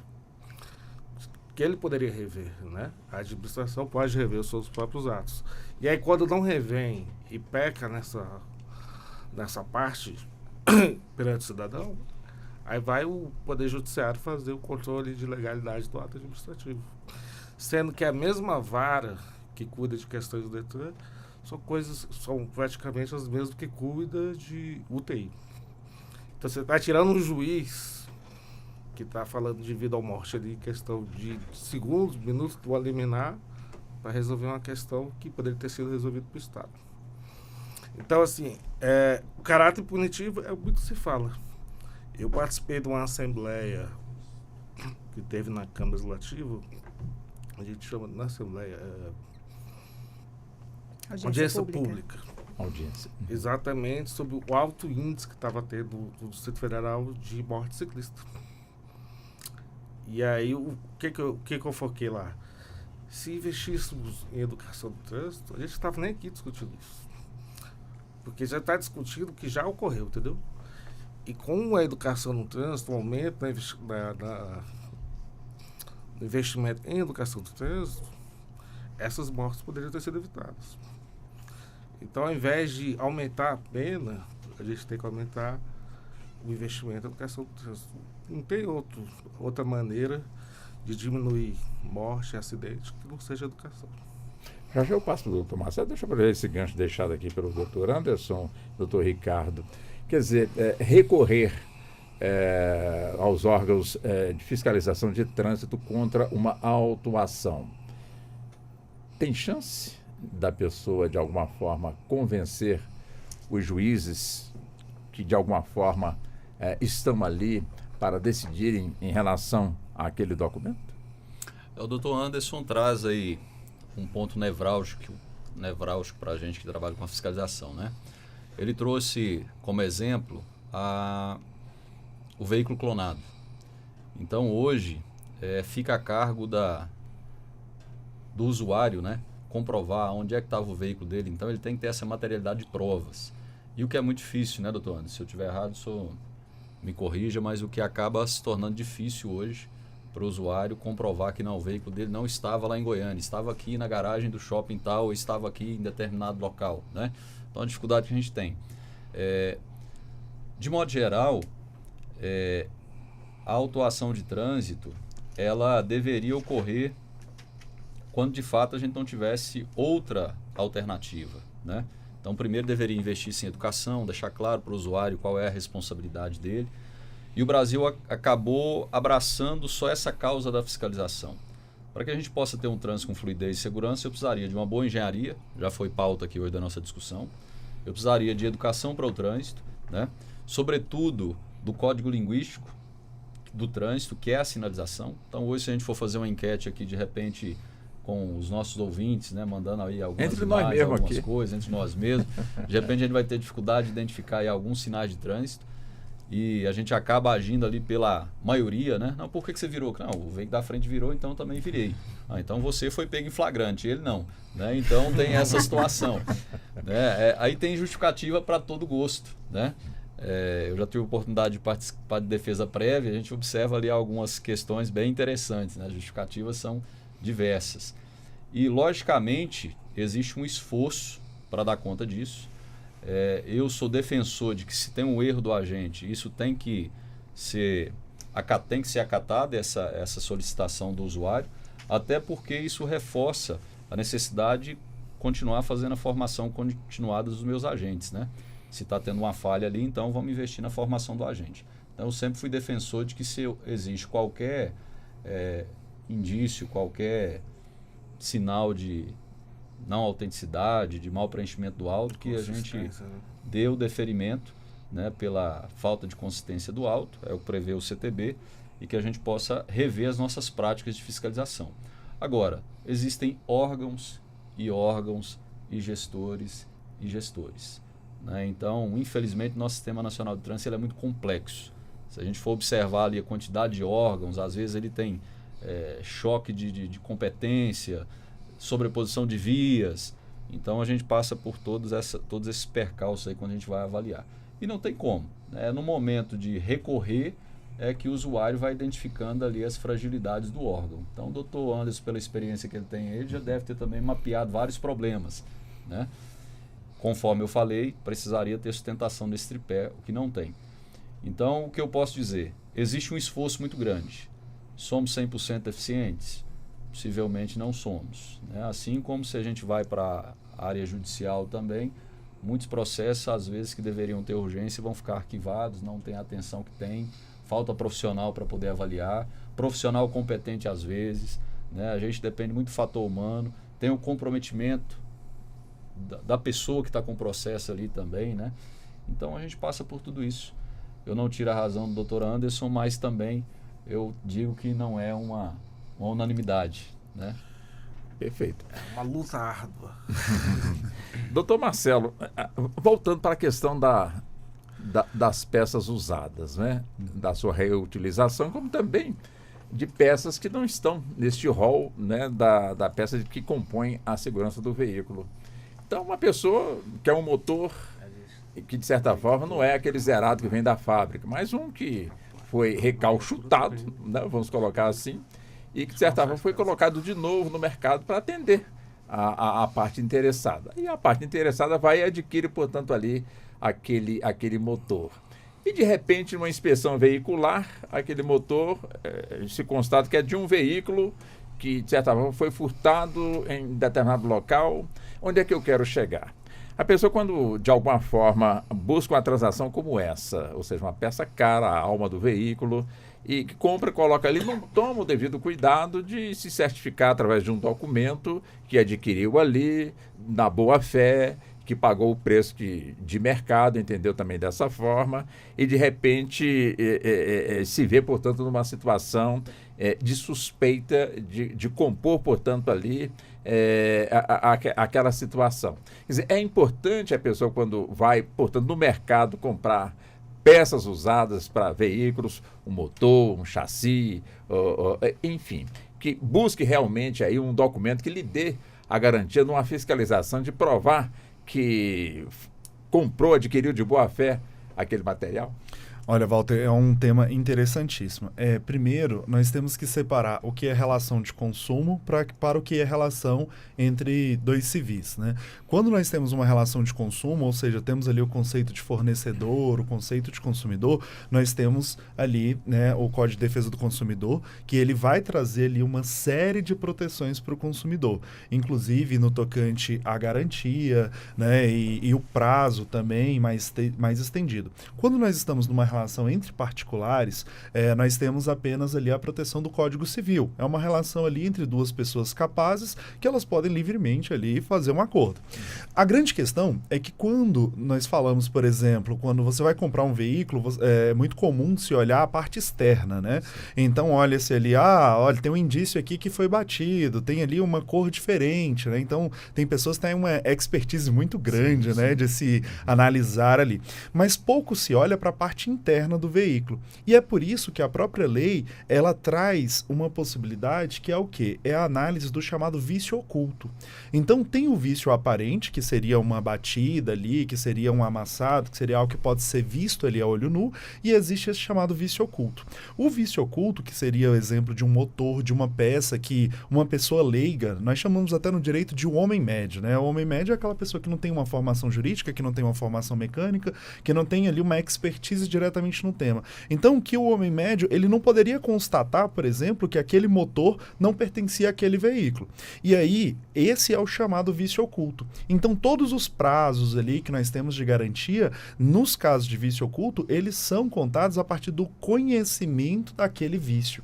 Então, essa proteção, a lei trouxe exatamente com esse objetivo. E aí, vamos supor, eu comprei um veículo hoje de um particular e daqui 30 dias, daqui 60 dias, daqui 90 dias eu acabo descobrindo isso.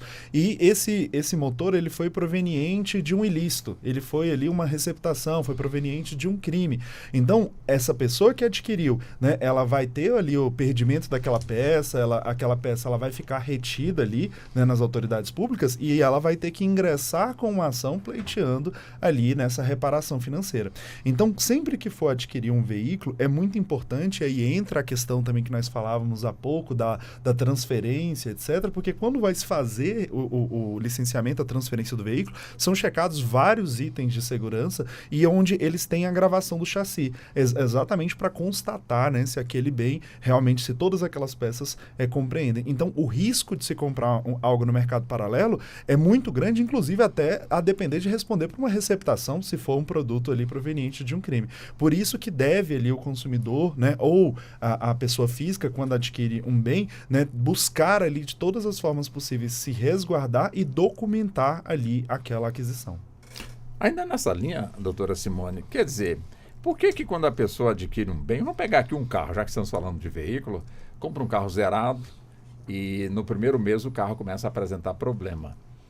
Por que não é simples, o carro apresentou problema, constatou, periciou de que apresentou problema, mas a pessoa não tem um carro novo para substituir aquele que a concessionária lhe vendeu.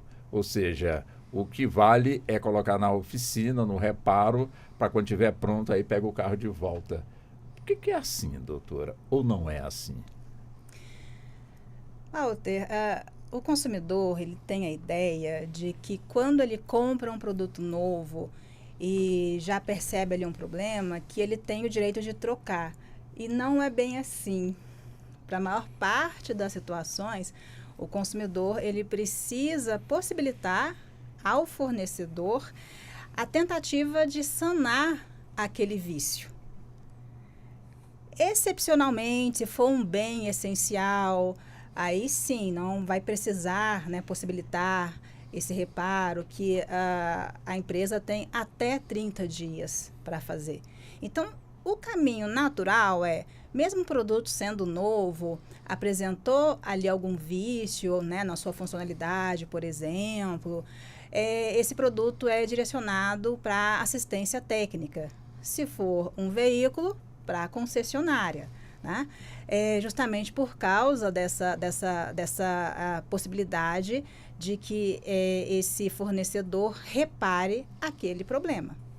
Só que algo que a gente percebe que é extremamente descumprido no nosso mercado de consumo os 30 dias foram obedecidos, o consumidor realmente possibilitou aquela empresa tentar resolver o problema, e o problema não foi resolvido naqueles 30 dias. Nesse momento, obrigatoriamente, nasce para o consumidor algumas possibilidades que estão previstas no Código de Defesa do Consumidor.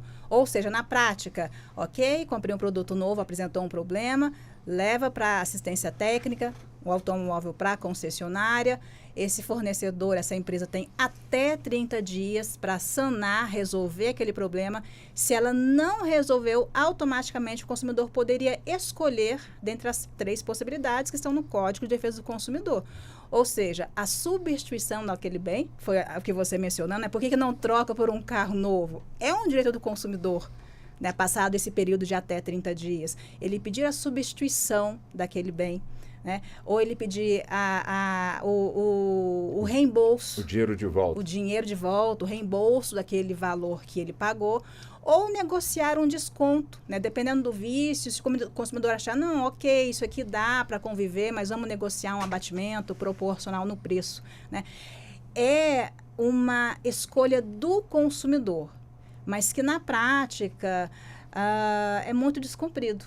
As empresas, em geral, elas não obedecem, né, essa previsão específica do código, e acaba forçando o consumidor a buscar outros meios, como acionar o poder judiciário. Então, nós temos aí vários julgamentos em relação a automóveis novos que apresentem problemas recorrentes. O próprio STJ entendendo aquilo que já está previsto no Código de Defesa do Consumidor, ou seja, ele tem o direito à substituição daquele automóvel por um novo. Mas na prática, olha, o consumidor tem que suar para conseguir isso, porque a gente está falando de um bem caro, né? Então, em geral, infelizmente, o fabricante e o comerciante, né, concessionário, porque aqui nesse caso divide a responsabilidade é solidária, né? É bom frisar isso também. Quando nós estamos falando de vícios, de problemas na funcionalidade, né? Tanto o fabricante quanto o comerciante, eles respondem pela reparação daquele problema, tá? Mas, na prática, quando se trata de automóveis, de veículos, não raro, o consumidor precisa buscar o judiciário para fazer valer esse seu direito que está no Código desde 1990. Aí o tempo passa, doutor Marcelo, e o carro vai perdendo, portanto, aí o seu valor de mercado, porque está ali reparando, consertando 1 mês, 2 meses, 3 meses, volta, mas não ficou bom, volta de novo para a oficina, e aí? Né? Fica por isso mesmo? Olha, como muito bem dito pela doutora Simone, né, é um direito do consumidor pedir essa troca, mas nós sabemos que isso não é algo instantâneo, né, que muitas vezes a pessoa tem que ainda demandar no Poder Judiciário.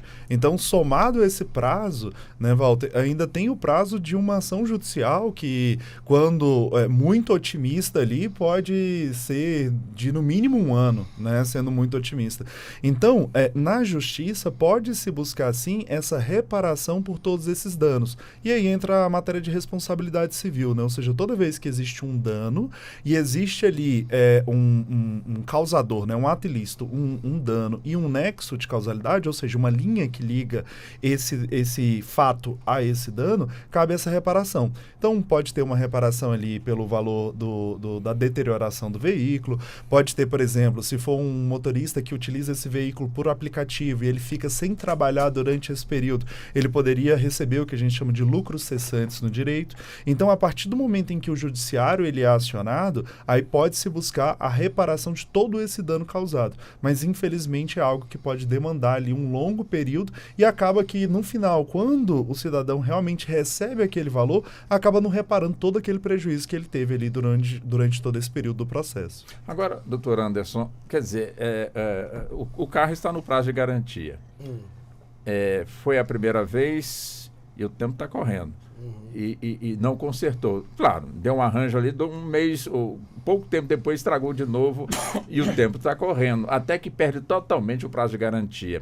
Quer dizer, o tempo que ele fica no reparo conta também o tempo corrido para, de certa forma, vencer aquele prazo de garantia. Exemplo, aqui fazendo uma comparação, não sei se correto ou não, na justiça, dependendo do feriado, para-se o prazo para depois recontar lá na frente. Quer dizer, não poderia ser também assim com o veículo, que de alguma forma tem um prazo de garantia dentro de um período, e o período ele corre direto, independentemente se está sendo reparado, se não está sendo reparado, a peça não chegou ainda. Como é que é isso? Eu acredito que sobre essa matéria meus colegas são mais qualificados do que eu para falar. Doutora Simone? Né? Mas pode prosseguir. Mas na sentença, geralmente o juiz coloca a data da correção, né? Data do ajuizamento da ação, por exemplo, se ele mandar reparar, tem caso do lucro cessante, por exemplo, se a pessoa depender do carro para trabalhar, ficar impedido de trabalhar, ele vai ter direito a essa indenização do gesto que ficou parado, né? Que se denomina lucro cessante. Temos prejuízos materiais, idas e vindas, dano moral, porque se o juiz entender que isso ultrapassa ali aquele mero aborrecimento do dia a dia, porque hoje em dia qualquer coisa é mero aborrecimento. É difícil provar dano moral hoje em dia, mas existe. E a depreciação do veículo, né?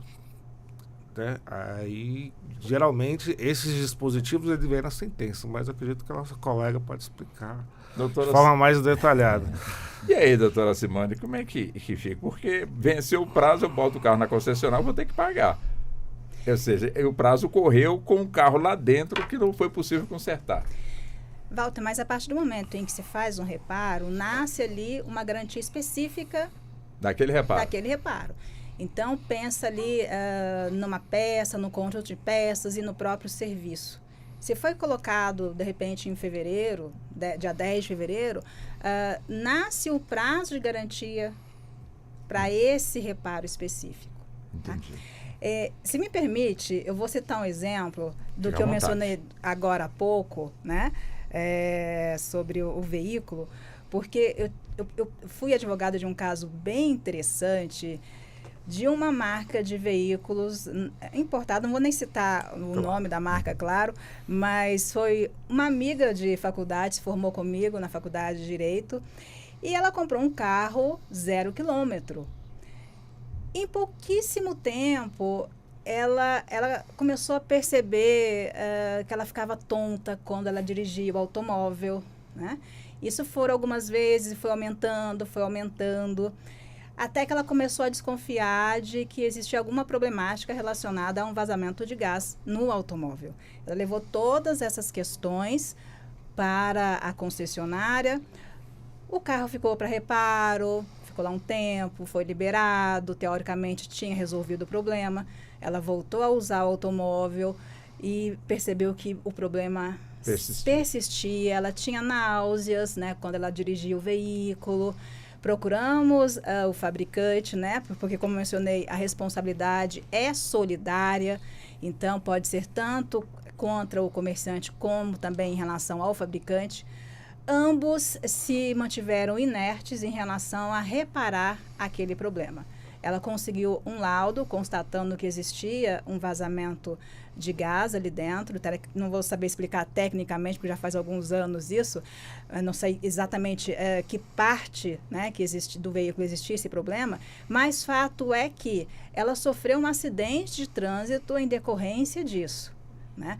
Lá pela terceira vez que esse carro foi para a concessionária para ter o problema reparado e foi liberado, ela foi dirigir, ela se acidentou saindo da pouco depois, no caminho da concessionária para casa, ela foi dirigindo e começou a perceber que estava ficando tonta, então ela foi tentando parar o veículo até que teve uma colisão leve. Ela não sofreu, né, ferimentos, mas enfim, ela teve essa problemática. Mesmo assim, o fabricante, ele não reparou aquele problema, né? Ela já tinha passado pelo período de 30 dias para reparar o problema. Então, automaticamente, ela já tinha o direito de exigir um veículo novo. E foi o que ela fez, exigiu esse veículo novo, mas mesmo assim, mesmo diante de um acidente de um veículo novo, o fabricante não cumpriu com esse seu dever. Aí foi interessante que nós fizemos, nesse caso específico, uma tratativa, né? Porque já não dava mais. Nós ficamos uns 3 ou 4 meses tentando negociar com o fabricante e com a concessionária, e o problema não foi resolvido. E aí eu a instruí, né, de uma forma extremamente responsável, que ela levasse essa questão para a rede social. Porque é um canal também que o consumidor pode utilizar, desde que ele faça de uma maneira extremamente calculada e respeitosa. E foi o que ela fez. Ela levou para as redes sociais exatamente os fatos que estavam acontecendo. Imediatamente, Walter, Publicidade negativa. o problema foi resolvido. Chegou um carro novo para ela, até com um laço de fita vermelha. Ou seja, nem sempre os mecanismos legais realmente conseguem dar uma resposta ágil para o consumidor. Né? O doutor Marcelo mencionou aqui muito bem que a ação judicial às vezes demora muito tempo, muitos meses, até alguns anos, né, dependendo do contexto. É o prazo do judiciário. E a gente sabe, né, que infelizmente essa é a realidade. Mas existem outros mecanismos que, se for utilizado com inteligência e responsabilidade pelo consumidor, auxilia também na resolução desses problemas. Você quer acrescentar alguma coisa? Sim, Walter. Como muito bem dito, né, pela doutora Simone, hoje em dia existe, as grandes empresas, elas têm ali um núcleo, né, para tratar de ações judiciais, e tem um núcleo talvez maior para tratar da imagem da empresa. Então, assim, desde que utilizado com responsabilidade e desde que utilizados os canais corretos, né, inclusive tem canais governamentais e não governamentais, hoje tem sido uma grande forma de resolução de demandas. Muitas vezes, algumas demandas ali de baixa complexidade, né, quando utilizadas essas plataformas, elas têm um resultado muito mais rápido. Então, acaba sendo uma forma alternativa ali para o consumidor, para os nossos ouvintes, né, fazerem essa análise, e também as tratativas extrajudiciais. Né? Hoje se busca muito, né, a advocacia extrajudicial, ou seja, uma possibilidade do advogado notificar a empresa, de buscar uma tratativa para que não tenha que ser levado até o Poder Judiciário. Perfeito. Deixa eu buscar agora o doutor Ricardo. Doutor Ricardo, quer dizer, nessa questão, portanto, da substituição de peças no veículo, está circulando, devidamente registrado no Detran, está tudo em dias, mas algumas peças precisaram ser trocadas. No caso, o órgão de fiscalização de trânsito tem que ser comunicado? A previsão do CTB é que a comunicação seja prévia. Né? Então, se eu preciso fazer a troca de algum componente, eu preciso fazer a comunicação prévia disso. Depois o veículo vai ser submetido à inspeção e gerado o certificado de segurança veicular. Quando eu volto novamente ao órgão de trânsito para poder fazer a homologação desse certificado. Inclusive, isso passa a constar no prontuário do veículo. Então, é o que o doutor Marcelo colocou ali anteriormente. Se a gente vai fazer uma transferência, o que inclusive ocorre muito quando a gente está fazendo transferência de uma unidade federativa para outra, né? Então, a gente precisa pesquisar o prontuário desse veículo para saber disso. Porque, às vezes, o comprador do veículo ele vai me apresentar uma nota fiscal. Enquanto fiscal de trânsito, enquanto agente de trânsito, isso não me importa. Eu preciso verificar se está configurado lá no prontuário do veículo. Né? Então, a gente precisa passar por esse processo, e é algo que muitas vezes algumas pessoas, ou grande parte, né, por assim dizer, porque muita gente não vai atrás dessa informação, vai atrás de resolver o problema. Meu carro quebrou o câmbio, danificou o motor, preciso trocar. Então, vai lá no vendedor, o vendedor vende e a pessoa não tem esse zelo, esse cuidado. Aí, quando vai vender o veículo, se depara com essa situação. Ou quando sinistrado, aí a gente tem que fazer a avaliação para monta, né, de dano do veículo, para saber se vai para sucata, se tem reparo, se não tem. Então, hoje tem um processo todo cheio de detalhes para a gente poder apurar isso daí. E o usuário, eu te confesso, que ele acaba mal informado sobre isso. É isso que eu ia perguntar para o senhor, se tem campanha que orienta o usuário nesse sentido. Aí, realmente, só quando ele chega no órgão de trânsito e vai tratar do trâmite de transferência, ou quando ele é abordado em alguma blitz, que isso é identificado. Não tem essa clareza. E aí, se a gente observar, a Lei 12.977, ela fala sobre credenciar as empresas de desmonte. Então, aí, inclusive, essas empresas elas precisam ter essa parte pedagógica para o usuário, né? De repente, até mesmo exigir um termo de responsabilidade, que aí sim foi a tentativa do Goiás, quando teve a lei de 2016, de trazer para o Detran, deixar claro para o Detran do Goiás como é que ele iria tratar essas empresas, porque é um novo nicho de credenciadas. O Detran já tem que cuidar dos CFCs, que são as famosas autoescolas, né? O Estado do Goiás, aqui no DF também agora aconteceu a terceirização aí das vistorias, então já tem que cuidar dessa. E agora tem também as empresas de desmonte, que também precisam ser credenciadas pelo órgão, elas têm todo um trâmite que tem que cumprir ali. Se deu grande monta, elas precisam dar baixa desse veículo, fazer toda a informação do sistema, porque eu preciso, né, a partir do momento que o veículo nasce e ele é registrado, ele tem uma identificação, ele tem placa, ele tem um Renavan. Então, quando eu paro esse veículo na fiscalização, eu vou pesquisar tudo isso. E as informações ali têm que estar de acordo com aquilo que eu estou observando, né? Até o doutor Anderson estava me trazendo uma informação aqui que eu achei extremamente delicado sobre a questão de identificação de veículo, né? Situação de clonagem, que é um dos problemas. Então, como é que eu vou identificando esses pormenores e pego ali, de repente, uma situação de clonagem? Quando eu tenho o trabalho de abordar esse veículo e puxo o prontuário dele e vou identificando as informações que tem ali. Então, como o doutor Marcelo também citou, as peças são remarcadas com número de chassi, então a gente tem toda essa informação para fazer o casamento. Do contrário, o senhor utilizou um jargão lá atrás, eu vou também utilizar um que a gente tem muita fiscalização, né? Que é o famoso cabrito. Você pega um pedacinho de um, um pedacinho do outro, aí você descobre que é um problema. Mas precisa sim, né? A gente não vê isso sendo tratado de maneira tão pública, tão acessível, né? Dessas empresas de desmontagens, e elas precisam ter essa responsabilidade com aquilo que elas estão entregando. Se desmontou e vai, né, conceder essas peças para o mercado, essa peça ela já tem que vir no manual, assim como o nosso veículo vem com o manual de direção defensiva, né, o manual de uso do veículo, essa peça também deveria vir ali com o manual explicando o passo a passo de como é que o usuário pode regularizar essa peça que é permitida para o reuso. Perfeito. Bom, como nós já estamos caminhando para o encerramento, eu peço aos senhores e também à doutora Simone 2 minutos para as considerações finais para cada um dos senhores, também para a senhora doutora Simone. Eu começo com o senhor, doutor Anderson. Gente, primeira coisa, eu queria dizer que foi uma honra participar desse debate. Pessoas aqui altamente qualificadas, né? Cada um dominando um pouquinho mais, no final complementa. E conhecimento sempre bom, né? Sim. Mas aos ouvintes, né? E às demais pessoas que estão nos ouvindo, nos assistindo, é tomar cuidado, né? Item de segurança é exatamente para proteger a sua vida e de terceiros, né? Que é o que temos mais precioso. É a vida, não tem nada mais, preço, né? Doutor? Nada mais vale que a vida, né? E item de segurança também, uma curiosidade para quem está nos ouvindo, todas as infrações relacionadas à segurança do veículo são exclusivas do proprietário, né? É o tipo de infração que não transfere. Então, ainda que seja outro condutor que esteja dirigindo, um primo, um tio, mas é sempre o proprietário que responde por item de segurança do veículo.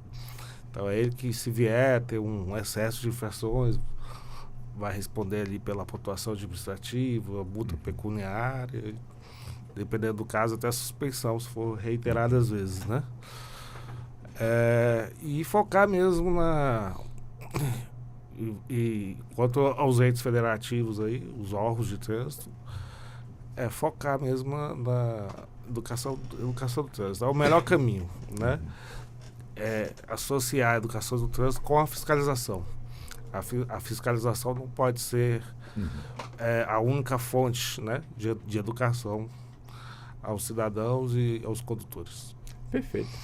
Doutor Marcelo, também, por favor, os 2 minutos para as considerações finais. Perfeito. Bom, queria inicialmente agradecer o convite, Walter, e como muito bem dito pelo doutor Anderson, né, acho que foi um debate assim, leve de um tema tão complexo, né, de um tema tão difícil. E dizer que é muito necessário trazer esse tipo de debate, né, para o público, trazer também para o poder público, né, sobre algumas necessidades que acabam ficando ali engavetadas ali, né, e muitas vezes só é colocado em pauta quando acontecem situações gravíssimas, como algumas que nós já citamos aqui.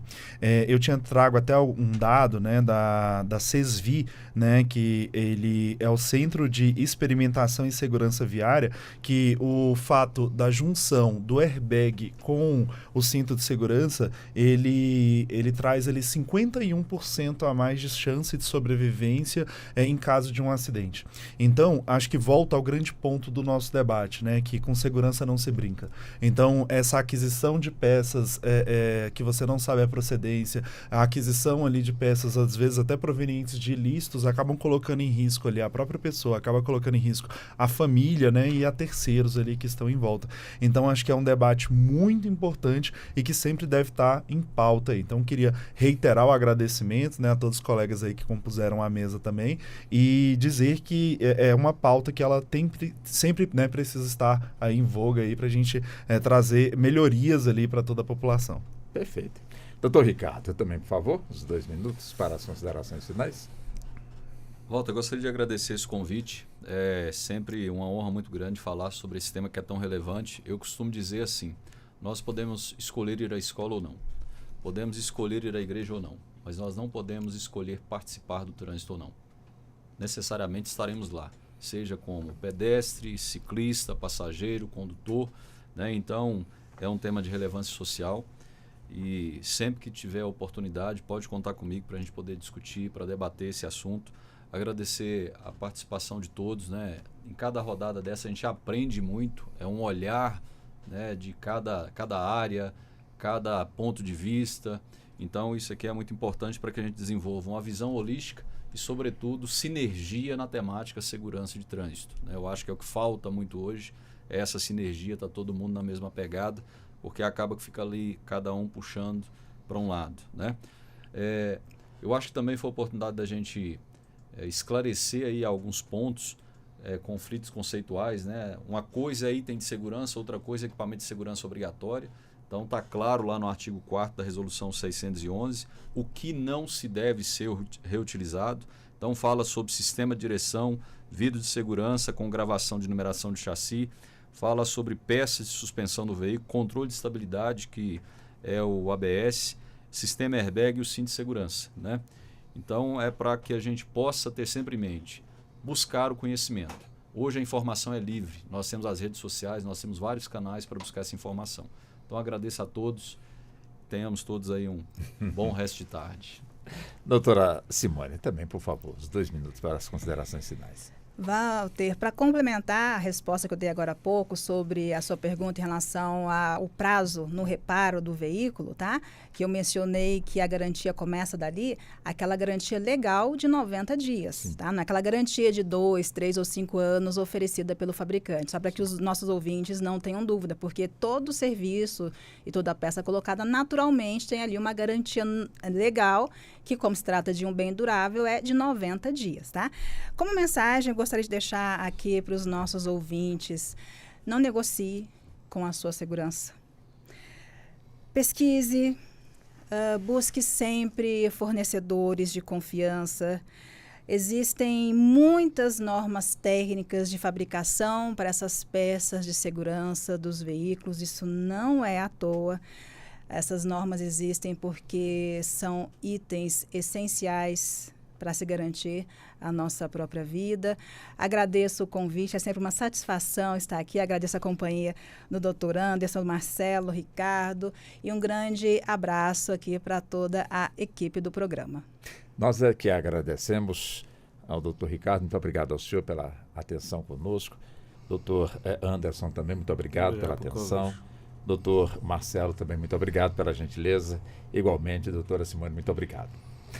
E assim chegamos ao fim da edição de hoje do nosso debate dentro do Justiça na Tarde, programa que teve a minha apresentação. Sou Walter Lima, com a produção de Diego Veiga, trabalhos técnicos de Neto Silva e a coordenação de jornalismo de Marcela Luiza. A todos, muito obrigado pela gentileza, pela atenção e o convite para o nosso próximo debate, que com certeza será amanhã. Então, até lá. A Rádio Justiça apresentou Justiça na Tarde. Secretaria de Comunicação Social, Supremo Tribunal Federal.